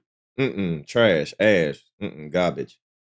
But I do like honey mustard. Honey mustard, especially with the on like chicken tenders.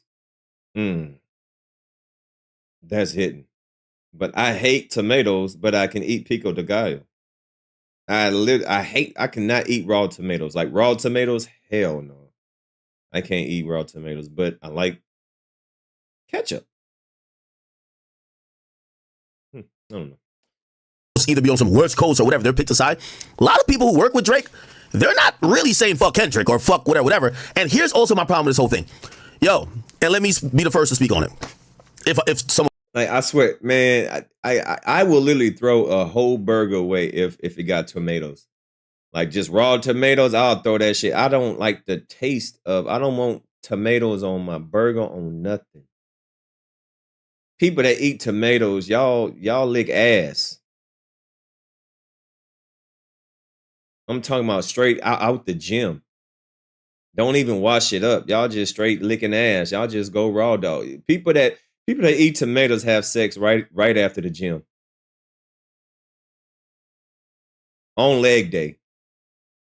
After running 3 miles.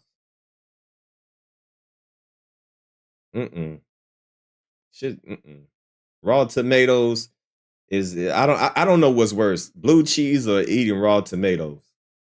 Ugh.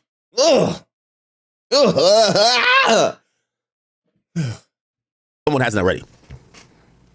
Yo, Drake and Kendrick is not Drake versus the West Coast. I know the rest of y'all niggas want to be involved so damn bad. A lot of y'all niggas, and by the way, I agree with Boy Wonder. Okay? By the way, I did hit up Boy Wonder. I said, damn, why did the nigga put this out? He said, yo, bro, there's a private conversation, whatever. Fuck that. My nigga, y'all West Coast dudes got to get out of denial. Mustard, I'm shocked that you're jacking all of this shit. You make music that travel outside of California. 99% of West Coast music don't travel outside of California. Get mad all you want. Calm down, buddy. Y'all be acting like, yo, when I go to California, I flick the radio on, I'm driving an Uber, y'all are playing songs I've never heard in life. That's a fact. And the majority of people, they're going to be honest about the West Coast, they'll say the same thing. When we watch the pop out, respectfully, until everybody that DJ Dickhead brought up, we were like, who is this? No disrespect to y'all, but the majority of y'all underground, coming up the ranks artists, their music don't go past California. That's not a diss. It's reality. Actually, it's a props to the West Coast because y'all could have an underground scene that nobody outside of California listens to. Like, literally. Nobody. Like, I don't know why. And again, I'm not talking about every artist. Just to be clear, I'm not talking about every artist. That's why I said 99%. Because there are definitely West Coast artists that, other than Kendrick, other than Schoolboy Q, other than, you know, and I wouldn't even say all the Absol's music because he doesn't really drop hits like that. But people do know Absol. Obviously not Roddy Ricch. We're not YG. And not all those guys' songs. Well, all of Roddy Ricch's songs, I'm going to be honest with you, all of Roddy Ricch's songs kind of leave California. YG's music now, I don't know if it leaves Cali. I'm going to be honest with you. And watch, I'm pretty sure somebody on YG's team is going to be like, yo, Blood, why you say that? I'm just speaking the truth, my nigga. Please don't hurt me. Please don't hurt me. I'm just telling y'all the truth. Y'all look like y'all about to try to West Coast jump Boy Wonder. About DJ Akademiks disrespects the West Coast music. DJ, oh yeah, I got a good title for this. DJ Akademiks crashes out on DJ Akademiks go. It's crazy. Yeah, I got a good title for this one. 7 or 8 years ago, YG's music, anytime he dropped a song, even Bick and Back, like all of those songs were national. These days when YG dropped the majority of music, not all, because some of the, you know, when the label get really behind a song and they start, oh, okay, we know that song. But the majority of YG's music stays in California now. Damn. Roddy Ricch music, and I think it's because of melody, his music always seems to go further. Most of what DJ Mustard produces goes further than Cali. Kendrick obviously is an international artist. Who else? I'm gonna be honest with you. Lefty Gunplay, I think he's a great artist. Lefty, so don't catch feelings. I know yo, West Coast niggas are the most sensitive niggas. You tell them that niggas outside California don't listen to them. What you mean, blood? What you mean, blood? Yo, Cole, what you mean? We don't listen to you. That's a fact. We don't. And it's not about everybody. You see, everybody's trying to ride this Kendrick wave, especially on the West Coast, but they're acting like they're Kendrick. Everybody and their mama listens to at least a Kendrick song. Kendrick has dropped this music that everybody and their mama has listened to. Not the rest of y'all. And I'm not talking about everybody. Like, some people, they might have had a song. Some people have name value. 03 Greedo. You should be, if you're a hip-hop fan, you should know 03 Greedo. Do you know every song he puts out? Probably not. That's just reality. It's not a diss against him. If anything, and this is why, salute to my boy Drex the Joint. When I interviewed him, West Coast artists need to have a gut check time with themselves. We get it. The beautiful thing about the West Coast, y'all music could be self-sustainable, only staying in the West Coast. But if y'all want to become what Kendrick is, or y'all want to expand, y'all need to work the markets outside of the West Coast. That's how you get bigger. Because a lot of, let me tell you this. And I don't know if everybody, these days people, there's so much dick riding, and everybody's going to act like every West Coast artist is Kendrick. The majority of people, I was one of these people too. I remember going to LA, and I was like, it was like a culture shock when I realized, this was back when, what's the name of that group? Oh, they broke up. OGZ used to be in it. What was his name? OGZ group. Shoreline Mafia, right? When I realized Shoreline Mafia was huge on the West, and I was like, I've never heard a song of theirs in Miami, in New York, in New Jersey, in anywhere Southern I've been to. But they were fucking huge. Oh. That told me a lot. Oh. It tells me that the West Coast has so many people that you could be lit in the West, and people outside of the West could be culturally ignorant to your wave. Now, this is where I do think the West Coast also suffers, because any type of criticism, you get DJ Dickhead and the rest of them. West up, shut up, just listen to what people are saying. Y'all have a culture of artists that takes advantage of 1/7 of the country. California is not a half of the country. It's great when you have Cali, but y'all should try to get that music to move. That's what Atlanta does. No matter what dingy ass studio niggas make music in Atlanta, people played in New York, they played in Cali, they played in Miami, they played in Chicago. Damn. Why? Because their artists do the work. Now, granted, there's a lot. Sir, why are you so, look, drink some water. Why are you so, I mean, look, there's nothing wrong with having your opinion, but just the level, your volume, why you gotta, I mean, you ain't gotta scream and yell and be so passionate. Why? Drink some water, man. Calm down.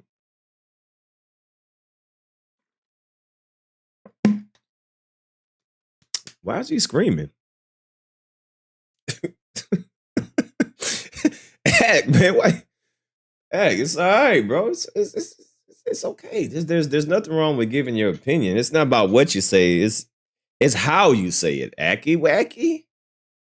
Just calm down, man. Calm down. You seem to be very hurt that the West Coast is, being highlighted right now. What's wrong with that? Everybody got their time. Midwest got their time. The South got their time. The East got their time. Let the West enjoy it. What's wrong with it? Everybody has their moment. Let the West rock out. Let Kendrick shine a light on them and let them do their thing. Well, why does that bother you? Why does that bother you so much? There's enough for everybody out here. Let them shine, man. Dang. A lot of groundwork laid. But niggas like Future, that's why he's the GOAT, was one of the people, remember when New Yorkers hate on Atlanta? They went to other markets with their songs. I don't see no West Coast artists coming to New York. If you doesn't know about commission-free car insurance, then listen up. This guy was banned from Facebook. To market their music, honestly. And again, I guarantee there's going to be some West Coast person going to take this and be like, look, blood, look, this East Coast nigga hating on us, blood, if you come over here, we got to do whatever you want. I'm just telling you the facts. So when I see Mustard. Dang. Act over there mocking. Damn, Act. Damn. Do this, I think y'all are doing the West Coast a disservice. The fact is this. Mustard, you're an international producer. Nobody looks at you as a West Coast producer. Okay? Outside of the West Coast. Kendrick, you're an international artist. Anything you put out is not only going to stay in the West Coast. It's for everybody else, because people are acting like Kendrick. Everybody like, yeah, Kendrick united the West. He put the West on. Great. I'm glad he put on 7 people on his album. With those, will it translate? When most people look at West Coast sound and music as, oh, it's just regional to the West Coast. I think there's some work to be done. And if anybody who's smart, and there is going to be a smart artist who wants to be super popular, Kendrick don't got to do it. Kendrick's already popular. They're going to realize. Damn, DJ Akademiks says West Coast artists are stupid and dumb. DJ Akademiks calls every West Coast artist dumb, stupid. Kendrick, no, DJ Akademiks calls West Coast artists dumb and stupid. No, DJ Akademiks crashes out on West Coast artists calling them dumb. Yeah, there we go. I think that's a good title. Realize y'all got to work these other markets. Y'all could be the number one underground or number one artist in Cali, but shit, I want to be number one artist in the country. And that person's going to be dope. Okay? And I think that's what Boy Wonder was kind of getting at. You know what I mean? So don't bully him out of his opinion. Now, him saying West Coast rap is ass, I don't think he necessarily believes that. I think he's speaking to the regionality of it. It's regional. Me personally, I don't think West Coast rap is ass. Bruh. Adam 22 hit me when I said my comments about Drexler Joy in the interview. They said, bro, are you trying to sign him? Like, they thought there was some money incentive into it. No. I was watching a No Jumper video and somehow had autoplay on and I clicked on something and it was almost a West Coast vibe. You know when your algorithm get there? And it played Drexler Joy song. And I couldn't find. Hey, I love the West Coast sound. I love the West Coast sound, man. Ever since, I mean, I'm not a West Coast historian, but where did that sound come from? Like who started that? I mean, the furthest I know is Dre. I mean, if you live in Cali, y'all would know more than me. But that's how I learned about West Coast is, Dre, the NWA. But whoever started that sound, I absolutely love it. I absolutely love it. So shout out to the West Coast. Shout out to the West Coast. But I think it's Dre started it, right? West Coast is funk. West Coast, Zap and Ruger, Mac Dre, hip hop, diverse, okay. Ice-T, Too Short, West Coast is literally a staple on hip hop. All right, Easy, Too Short, NWA. Yeah, that was the first time that I've heard of that sound. Was Dre. Actually, I ain't gonna lie. I didn't really. First time I heard of the West Coast was like when I first heard it. Was it? I'm trying to see. Who was it? It was either Too Short or Snoop. I think it was either Too Short or Snoop. I think the first person that I heard from the West, I think it was Too Short. I think, yeah, Too Short came out before Snoop, right? Yeah, it was Too Short because my brother used to play all this music and stuff. So I think it was Too Short. The first West Coast artist I heard when I was a kid, it was Too Short. Find it, and then I went. Somehow I found it like later because I was obsessed. Yeah. Way before Snoop. Yeah, so I would say the first artist that I listened to from the West Coast was Too Short because my brother used to have it. That's when it was a tape player. I remember it was Too Short. It was like a dark, and he was in front of a car. He was in front of like an old school black car, I think. Let me see if my memory serves me right. Let me see if my memory. I think he was in front of an old school. Yep, right. No, okay, yeah, nah. This one right here. Yeah, this one. All right, yeah, this one. This was the first time I ever listened to West Coast. It's right here. It was this one. Yeah, that was the first time. Yeah. Oh, whoa, and get yeah, Too Short and these freaky goddamn trying to get me clapped. Goddamn, I forgot Too Short freaky ass. Yeah, goddamn. Get your freaky ass off my goddamn. Trying to get me clapped. That's what it. And then I said, I like this fucking song. I want to talk to this guy. Him and his team was dope as fuck. They said, yo, all right, we want to come out here to talk to you. Let's do it. Again, I think that has to happen. But, I ain't gonna lie to you, man. The reason why I think the West Coast, other than the big artists, are stagnant is because y'all don't like DJ Dickhead is like the perfect example. Everything, no matter what you say, they just talk to you like they're a conglomerate. West Coast. Shut the fuck up. We're talking about one artist. Relax. Nigga, it's like imagine I'm telling somebody from New York, like, yo, bro, you know you could do this, and all of a sudden he's like, New York City, nigga. Like, shut up. So this is why the reason why. Why can't the West celebrate? What? This is a big victory. What you mean? Why are you so mad that they want to celebrate this moment? Why does that bother you? They deserve this moment. It don't matter. Kendrick from the West, so is What's Up. What's wrong with that? Why are you bothered about that? Let them have their fun. Let them enjoy it. Everybody has their moments. This is their moment. Let them shine, man. Why you so mad, man? God damn.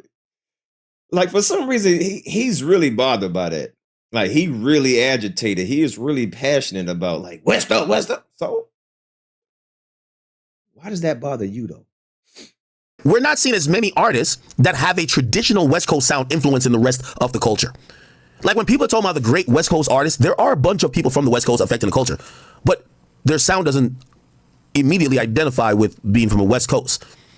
Like, I'm gonna be honest with you, Tyler, the Creator, I know he hung out in the West Coast, but I didn't put him as a West Coast artist. I thought his sound and his style was kind of culturally or locationally ambiguous. But he is from the West. But he's not like traditionally, like, you know, by the sound, a West Coast artist. So this is what happens with the culture. West Coast niggas come across as so, like, non-malleable that you're just like, all right, y'all niggas got it. Cool. All right, we can't tell you shit. You got it. West Up. You got it. We'll just focus on Atlanta and bump Atlanta music all day. We'll bump Houston music. We'll bump Miami and Memphis music. But we'll just act like y'all West. Think about it.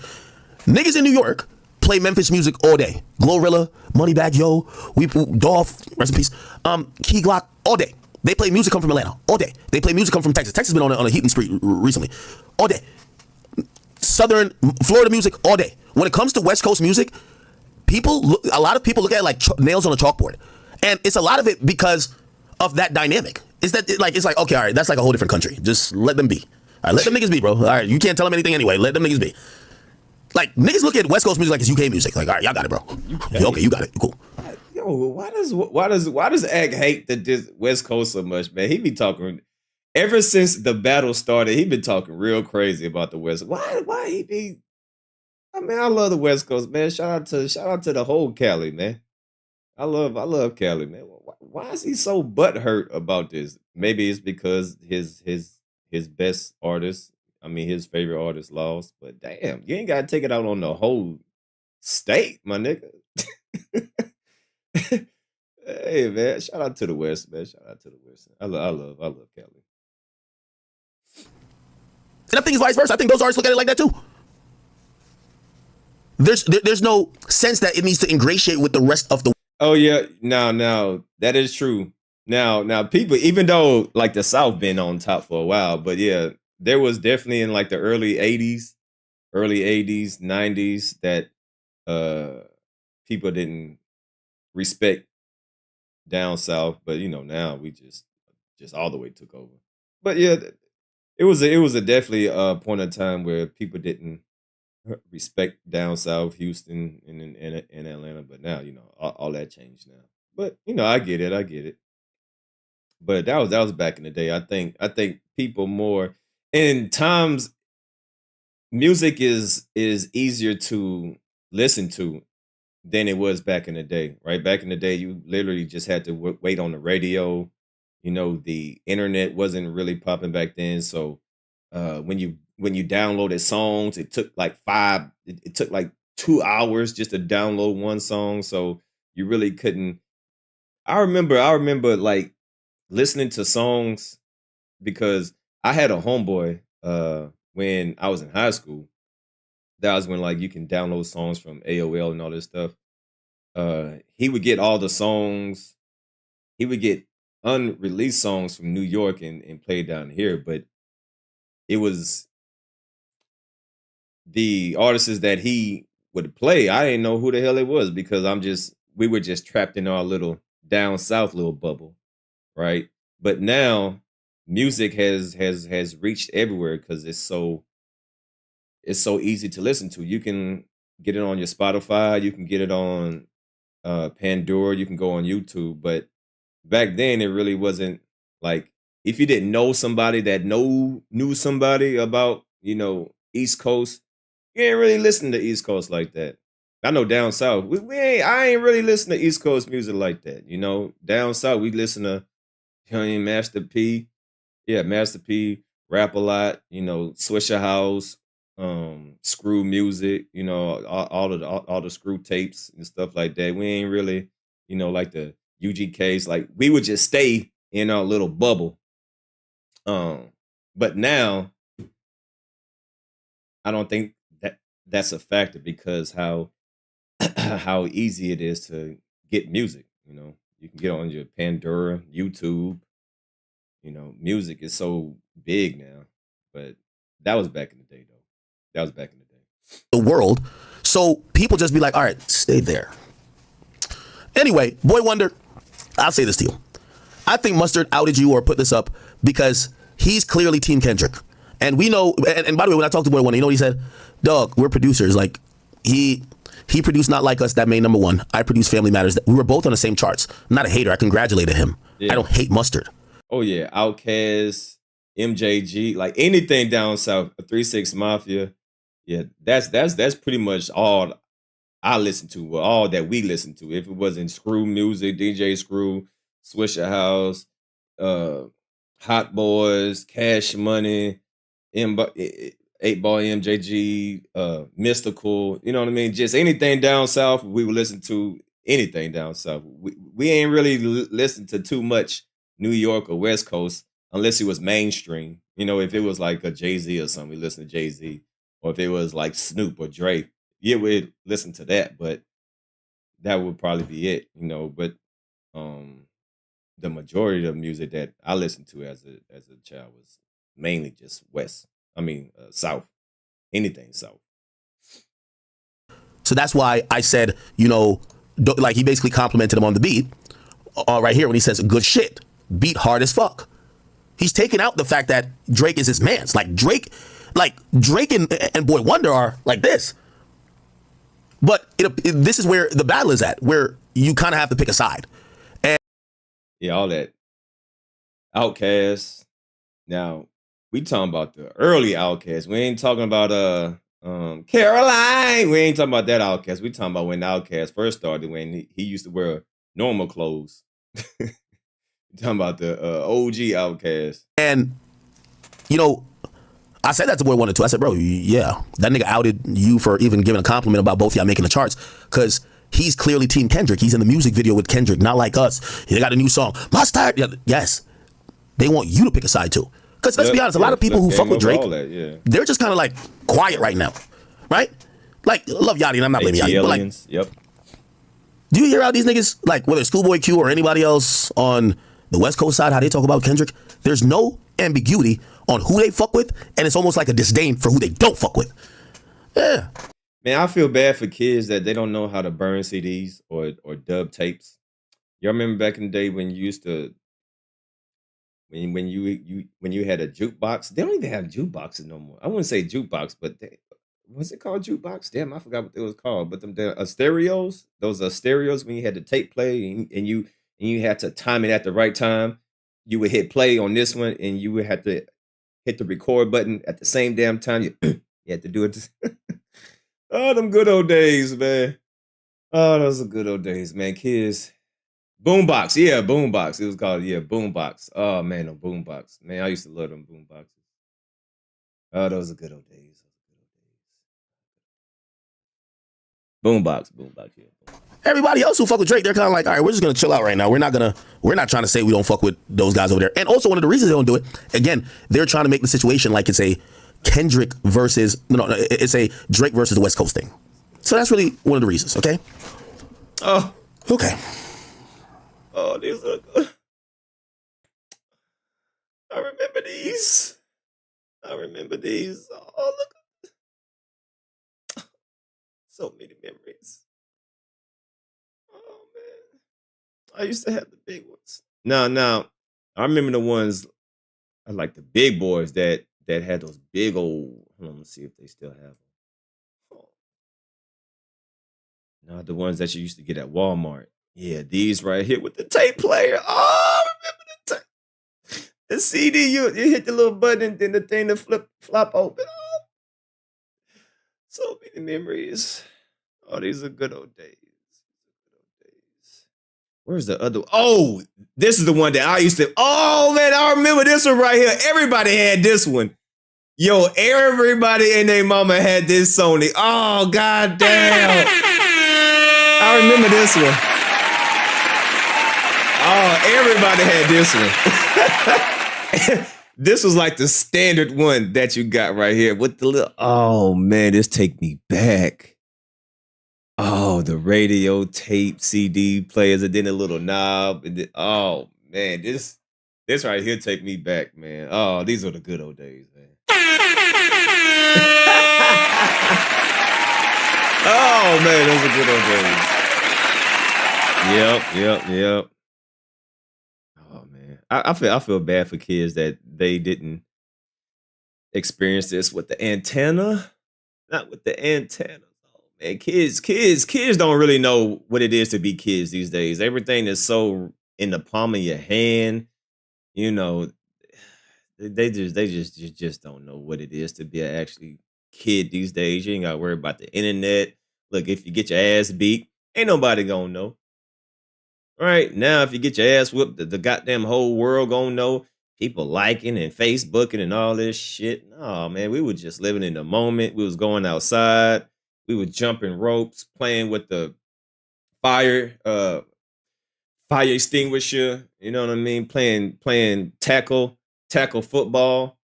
Well, when you tackle on grass and you touch on cement, but sometimes we'll tackle your ass in the cement too. Just in, you know, if we don't like your ass, we'll still tackle you on cement. But you play football in the street, touch on the cement, tackle in the grass. Oh man, these are good old days. I don't even think they do that no more. Oh, these are the good old days, man. Oh man, good old days, good old days. Kids don't know what it's like to be an actual kid these days. I feel bad for them.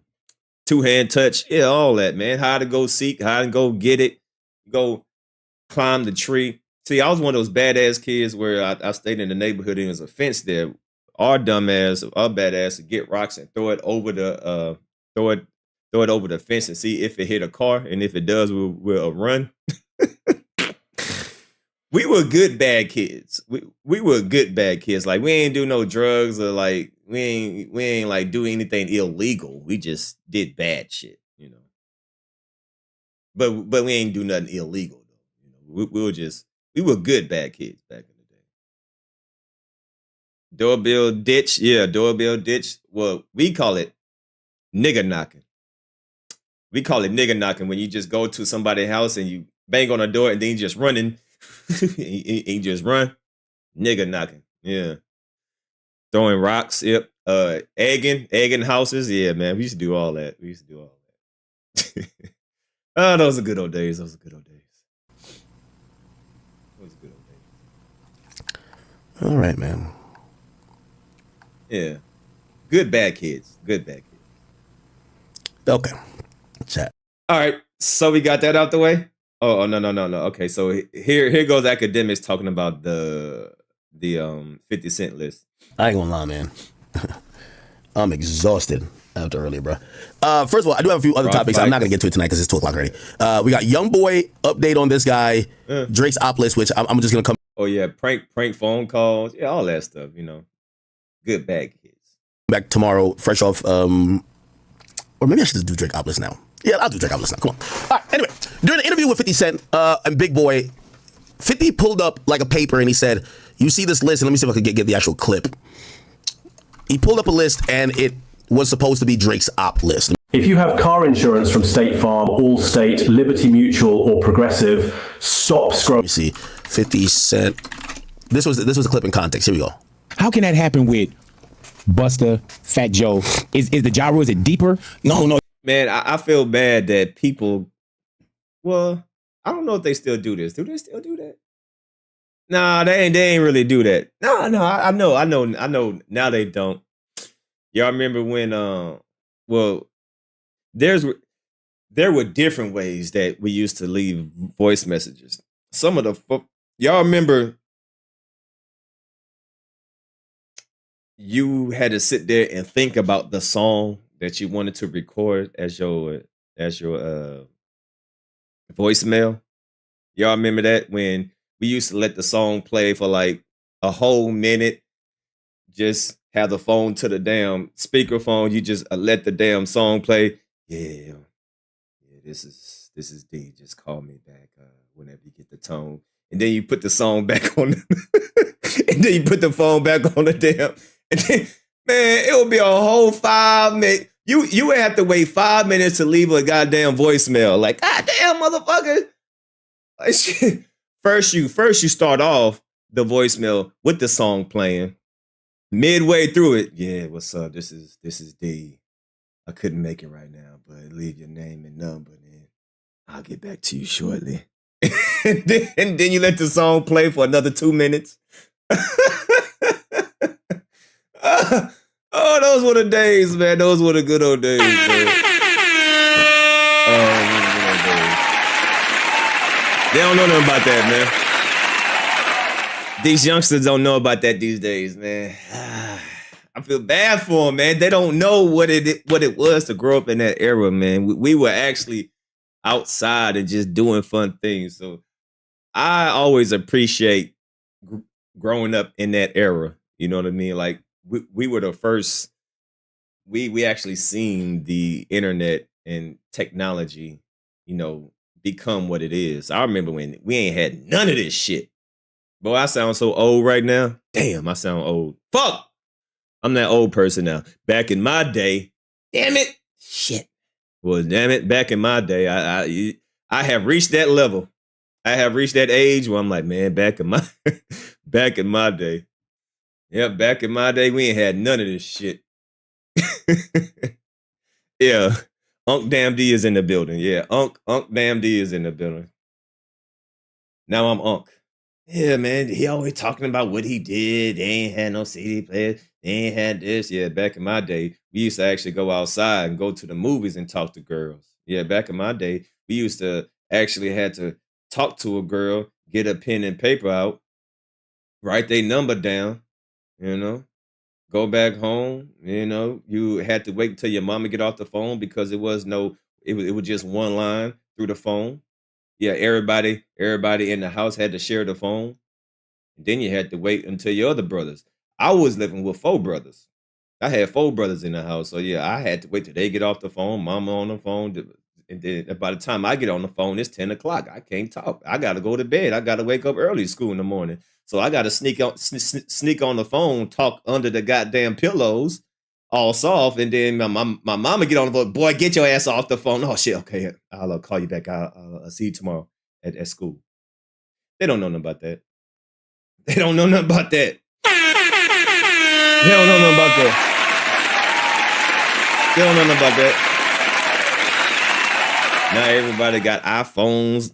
Little kids got iPhones, tablets, little camera phone. You had no damn camera phone. No, you just had to see that person. No, it was this thing called what was it called? What was it?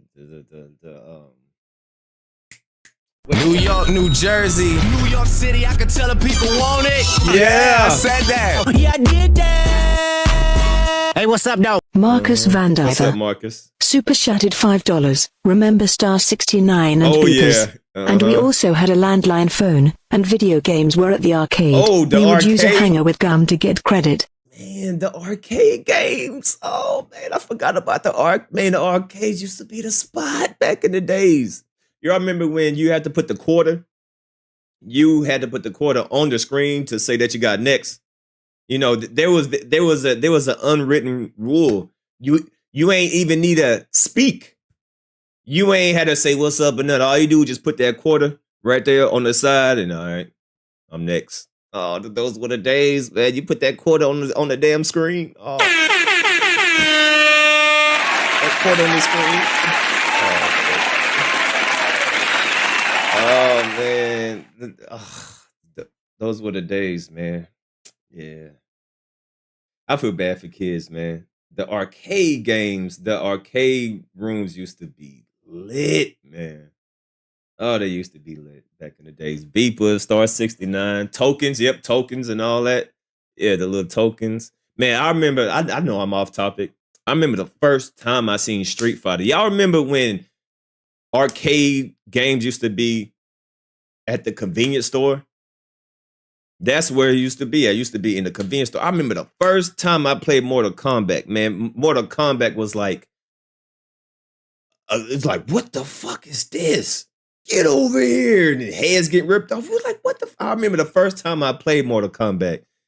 That was like, what the hell is this? Get over here. Your neck gets snapped off and you get frozen and slide. I'm like, what the man? That shit was so cool back then. That was like the coolest thing ever. Blockbuster, Hollywood. Oh, man. Listen, man, I can sit here and talk about all this stuff, man. But I'll be here for another five hours. Yeah, Blockbuster, Hollywood, man, come on, man. Back in the days.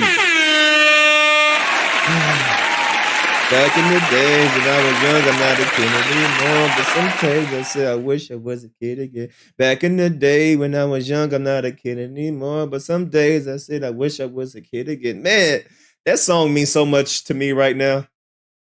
You know, I grew up on that song, but now that I'm older, oh man, that song means so much to me. Oh, that song.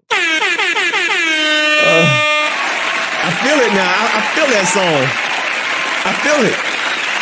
You know, now I understand what they were saying in that song. Oh man, back in the days when I was young, I'm not a kid anymore. Some days I said I wish I was a kid. Anyway, salute to the chat. Y'all hit that like button.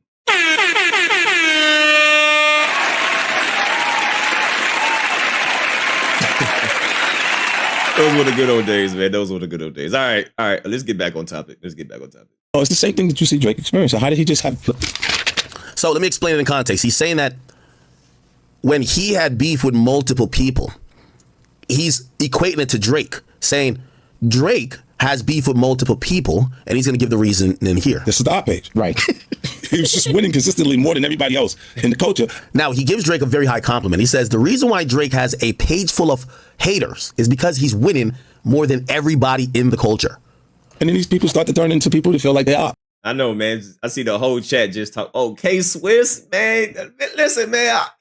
I don't want to, because I can talk about so much, man. Y'all remember the goddamn, what was it? 2 for $75 Fila shoes. That's when Filas were cool. See, back in the day, you can actually rock different brands and they'd be cool. K-Swiss, Reebok. You had the Filas.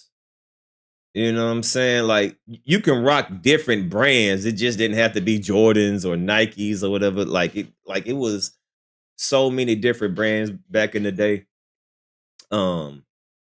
British Nikes. Was it called British Nikes? Yeah, the British Nikes. What else that we used to wear back in the day? Pumas. Yeah. Oh, starter jackets. Oh, those starter jackets. But starter jackets used to get niggas robbed and killed and stuff. So you had to be careful. Now, that's one thing I do remember about LA and stuff. I used to hear all them stories, like people used to get robbed and killed and stuff for the jackets and shit. That wasn't really a problem in Texas, but we ain't really had that problem. We ain't had nobody get robbed and steal, but I heard back in Cali, back in those days, you know, if you lived in Cali or anywhere like that, like you couldn't wear starter jackets. We ain't really had that problem in Texas, in Houston, but I heard y'all stories. 8-ball jackets. Oh yeah, the 8-ball jackets. Yeah, the 8-ball jackets used to go hard. K-Swiss, LA Gear. Yeah, Nike Cortez. Sketch, man. I'll be here all day, man. I'll be here all day talking about this stuff. And he says because of that winning, people start to dislike you. Over the page, big. Because they keep watching them win. And then you go, how can... Okay, now let's look at this list. Now, let me just say this first and foremost. This isn't Drake's list. Like, you know, we had fun with it on social media today, but this isn't Drake's list. Drake doesn't have a list of people he doesn't like. I'll be right back. Drake isn't walking around with a list of people he doesn't like. this was one of the pages that Big Boy had because he preps for interview and has a staff. So they had things printed out. 50 had a copy of what they came up with as a op list, and this Drake op list thing was out before. So for everybody who has felt really special that you think Drake has a paper tucked in his pocket with your name on it, you're not on his op list, okay? Sorry to tell you. I could probably go through these and tell you who probably definitely are. Absol, I could fairly assume he don't fuck with you. Adidas, no, he just doesn't fuck with Kanye. He would definitely do a deal with Adidas. Anthony Fantano, no, he doesn't fuck with that guy, okay? A$AP Rocky, he doesn't fuck with that guy, okay? Bobby Althoff, unbeknownst to y'all, him and Bobby Althoff, their little flare up, they're cool. He doesn't have a problem with her anymore. Busta Rhymes, I don't even know what that's about. I can't comment on that. Charlamagne the God. I don't know if you would call Charlamagne the God an op. I think he probably just would dismiss him, right? Obviously, they've had a past where Charlamagne used to say certain things about him, but I don't think necessarily he really hates Charlamagne. Remember during the Meek battle, he sent him bottles. Cheezer. Him and Cheezer be playing around. That's Aiden's homeboy, okay, that has trolled Drake on Aiden's stream. It's not that serious. Complex Music. I don't think he's paying attention to Complex Music, okay? Dave Free. I guess by close proximity. Okay, cool. Daylight. With all due respect, I don't think Drake has seen, and this is going to burst a lot of people's bubble. I don't think Drake has seen a single thing Daylight has said. Now, Daylight is basically Team Kendrick, but I don't think Drake, and this is going to hurt so many people's feelings because they think they're so important. What is this? DeMar DeRozan, obviously. Donald Glover, where the fuck did this come from? Probably some old shit. Ebony Prince, that's the weirdo that was like saying that he's going to drop like, that had clothes. Of course, Drake knows about the incident. Does he know about this fucking gay ass nigga who's that's the person? Fuck no. Okay? Like, motherfucker, like, you're just known as a fucking homeless bum that probably worked at a hotel. And he's been to a hotel every night of his life. Ebro, yeah, I don't think he fuck with Ebro. Elliot Wilson, he definitely don't fuck with Elliot Wilson. Okay? Future, I won't even comment on that because, I'll just skip past that. Hit a J3, I will bet 10,000. You don't know who this guy is. Like, who is he? Does like this? And that's the thing about people's ego. Watch, they're gonna clip this and you'll be like, "What? How Drake don't know?" No, Drake doesn't know you. Okay. Top 5 beefs with you. Top 5's not going back to tell Drake that yo, I'm beefing with a guy named Hit a J3. No, that's yeah. Jack Dorsey, yes, you're on the op list. Okay, let's keep it going. Sean C, a YouTuber. I don't think Drake knows who that guy is. I'm gonna be honest with you. SZA, I don't think SZA's an op to Drake. TDE, okay. I mean, if you're gonna bring the whole conglomerate. Terrence Henderson, Punch. Well, if you say TDE, just put him in there. The Company Man. I don't think Drake knows who he is either. Alchemist. Probably don't fuck with Alchemist. Yeah. The BET Awards. He don't fuck with none of these award shows. So take all these. Wait, the NBA? He fucks with the NBA. What are you talking about? And actually, I don't think he's anti-MTV, VMAs anyway. NFL. And by the way, for everybody who I'm commenting on, this is based on, a lot of this is based on my personal conversations with him. Please don't get y'all feelings like, oh, you mean Drake don't know me? Drake no. Because this is the thing about y'all niggas, I get real emotional when y'all hear shit like this, right? The Weeknd, yes. Even though that's an interesting situation. Tommy the Clown. How's that op? Tyler the Creator. I actually don't think that. Like, you gotta realize op means I don't like. Fuck that guy. Versus, I'm gonna just chill. I'm gonna keep my distance. It's two different things. Victor Baez, Sound, It's a Vibe. This a guy on Twitter. I'm gonna be honest, I don't think Drake knows you, brother. Whitney Alford. I mean, I guess by extension, if you're trying to say Drake don't like Kendrick, I don't think Drake gives a fuck about. I don't think he specifically doesn't like Kendrick's wife. I think he just doesn't like Kendrick. Okay? YG. Yeah, I don't think he fucks with YG no more. Joe Budden definitely doesn't fuck with. JPEG Mafia. Who's that? All right, I don't know who that is. Kanye. I don't know if I would call him an op because they have like this weird love-hate relationship. Kendrick, definitely an op. Kid Cudi, op. Who's this? Kurt Alexander? I don't think Drake knows who that person is neither because I don't know who this person is. LeBron James, op. Yachty. How's Yachty an op? Yo, what the fuck? Yo, I got Yachty on here. Stop it, man. Those guys are brothers, man, Meg the Stallion. Okay, op. Metro Boomin, big op. Myron Gaines. I don't think he really knows Myron. You know what I mean? But would he not like Myron based on what Myron probably has said about him? I think Myron don't like some of the the things that could be construed as femininity or feminine stuff. Of course not, right? Omarion. I don't know about that one, man. Omarion. Maybe there's some history there. I don't know. O'Shea Jackson Jr. I do think he knows O'Shea, and I think he's probably like, fuck that guy. I'm gonna be honest. Now, is that an op? Because I don't think like he's like, yo, if I see that guy, I'm gonna slap him or whatever. But not that y'all probably think Drake would slap anybody. But Peter, y'all just about to say Drake ain't slapping nobody. What you talking about? Rosenberg op. Pharrell op by association. Playboy Cardi. I'm not saying op, but I think he's like, I'm gonna keep distance. I'm gonna keep my distance. Puff Greedy heating companies hate this, but there's nothing they can do to stop you. Tired of wasting thousands on electricity bills. Daddy, not an op, but based on allegations, keeping distance. Pusha T, big op. I wonder if Drake ever had a cool cup.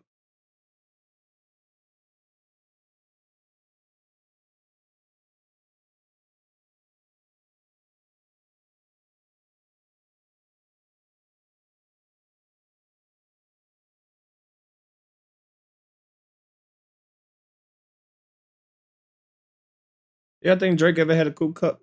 I don't know if y'all called that, but I don't even know. Well, that's what we used to call it. No, that's not it. I don't even know how to type. I know certain place y'all would call it different things.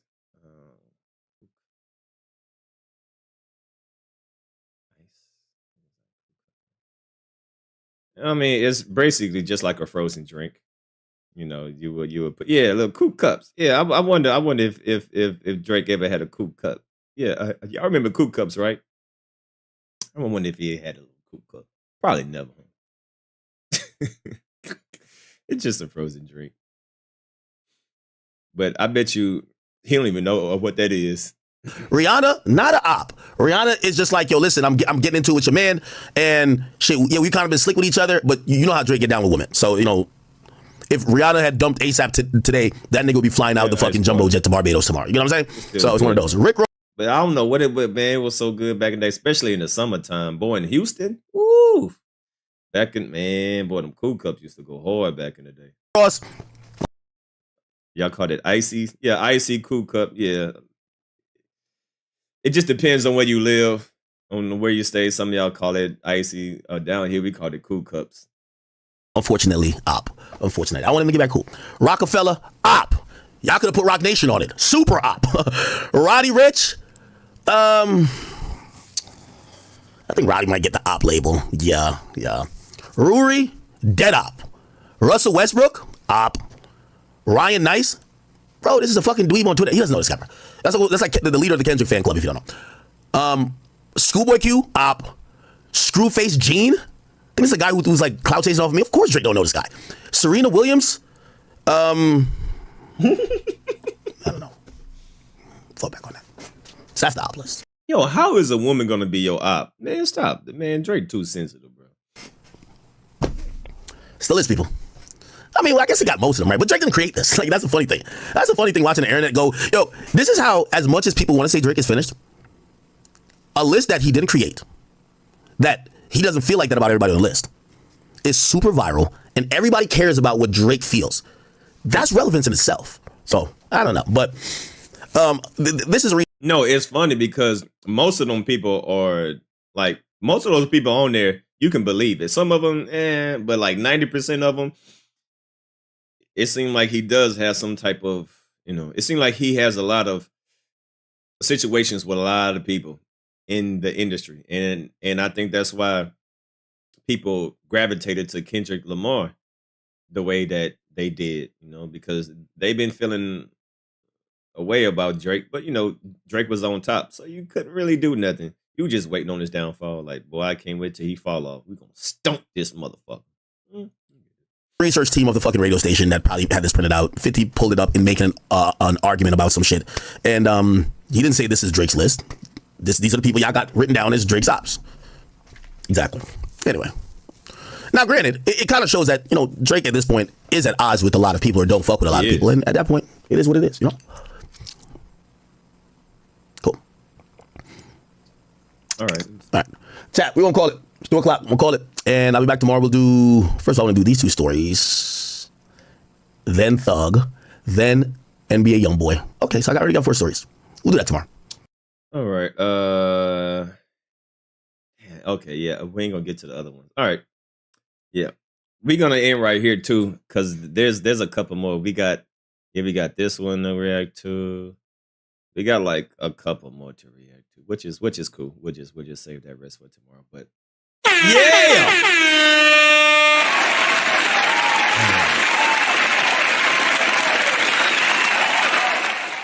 Good old days, man. Y'all remember playing what was it? Damn, what was it called?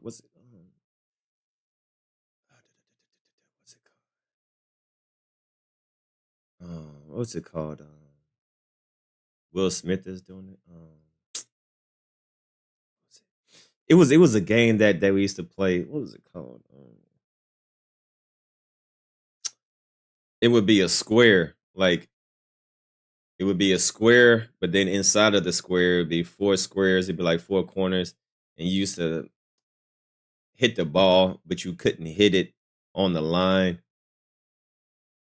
What's the name of that game?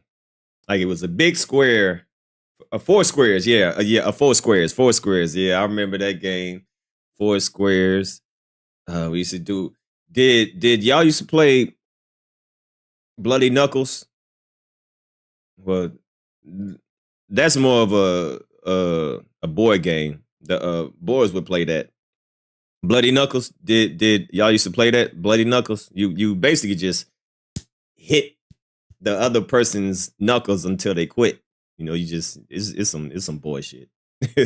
You just pretty much just punch each other, and whoever tap out. Frog. Y'all remember that? Frogs? Open chess? Oh yeah, open. Boy, I used to hate playing open chess. Oh my man. Boom. Just all of a sudden, you just walking down the hallway. Boom. Oh shit, you just nigga just cave your chest in. You be like, what the fuck? Open chess. Open chess. Yeah, frog. Frog is pretty much open chess, but you use your shoulder. So instead of your chest, you just hit the person as hard as you can to see if you can leave a knot in their arm. That's literally the objective, to see if you can leave the biggest knot on their arm. Yeah, I was a bad good kid. I wasn't selling drugs. I wasn't, you know what I mean, out here robbing and stealing. You know, I was just doing, you know, I was a good bad kid. I wasn't stealing and robbing and nothing like that. You know, just being a regular kid. What other games did we used to play back in the day?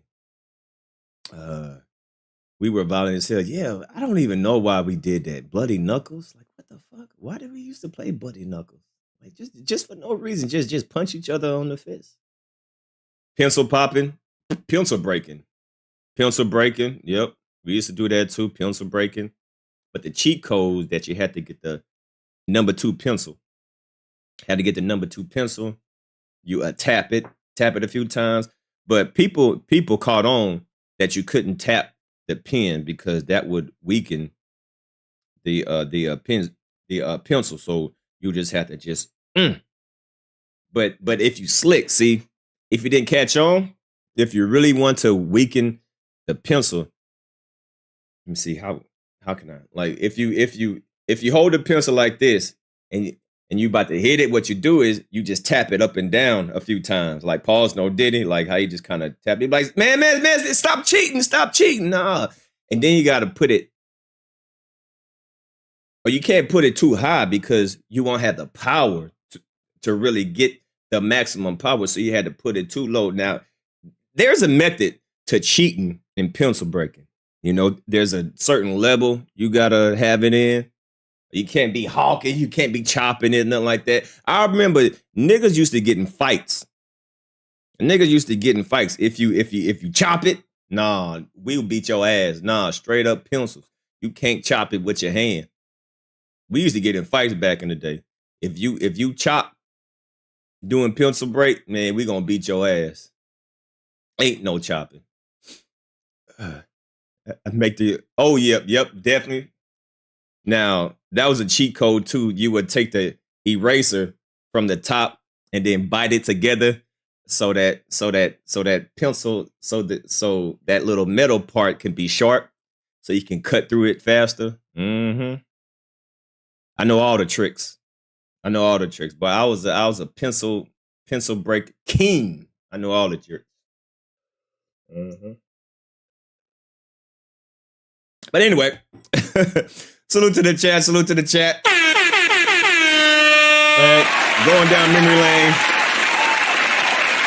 Going down memory lane real quick, you know. Going down memory lane before we get up out of here. Speaking on the good old times. But yeah, I'll probably be live tomorrow because I got a lot more reaction to go to. I got this one. There's one that I definitely want to go over because he gonna be talking some crazy stuff. I think there's a couple more, yeah. So we'll be back tomorrow. But yeah, it's good reflecting and reminiscing back in the times, back in the day, you know. Good old days. When you used to actually, man, I feel bad. The kids don't know how it is to go to the movies. Y'all remember? Well, I don't know if y'all used to do that, but back in the days, like the movies was the spot. Going to the mall. Like I feel bad for kids. Like kids don't be. I'm like, where are the teenagers at the mall? Ain't nobody just hanging out in the malls no more. Ain't nobody posted up at the movies. Like y'all don't like the movies? Man, the movies in the mall used to be the spot. Talking about after school on the weekends, man, we just be posted up, not buying a damn thing. We ain't buying nothing. We just walking around, just talking to females, getting numbers, you know, niggas fighting and shit. Just be posted up, chilling. I don't see none of that no more. I'm like, oh man. These kids don't know how to be kids, man. You know, they just out here just killing and shit. My first date was Scarface. Oh man, the Adala movies. I wonder if the Dollar movie's still going on. Is it the Dollar movies? Dollar movies. I remember the Dollar movie theaters. Oh man, those are the good old days. I wonder if they still got Dollar movie theaters. Nah, they ain't got no Dollar movie theaters. Nah, they ain't got no Dollar movie theaters. $5. Nah, they ain't got no Dollar movie theaters no more. I remember the Dollar movies. Those are the good old days. We live in a whole new world now, and I don't like it. I don't like this, man. I want to go back in the day, man. Fuck! I don't like it.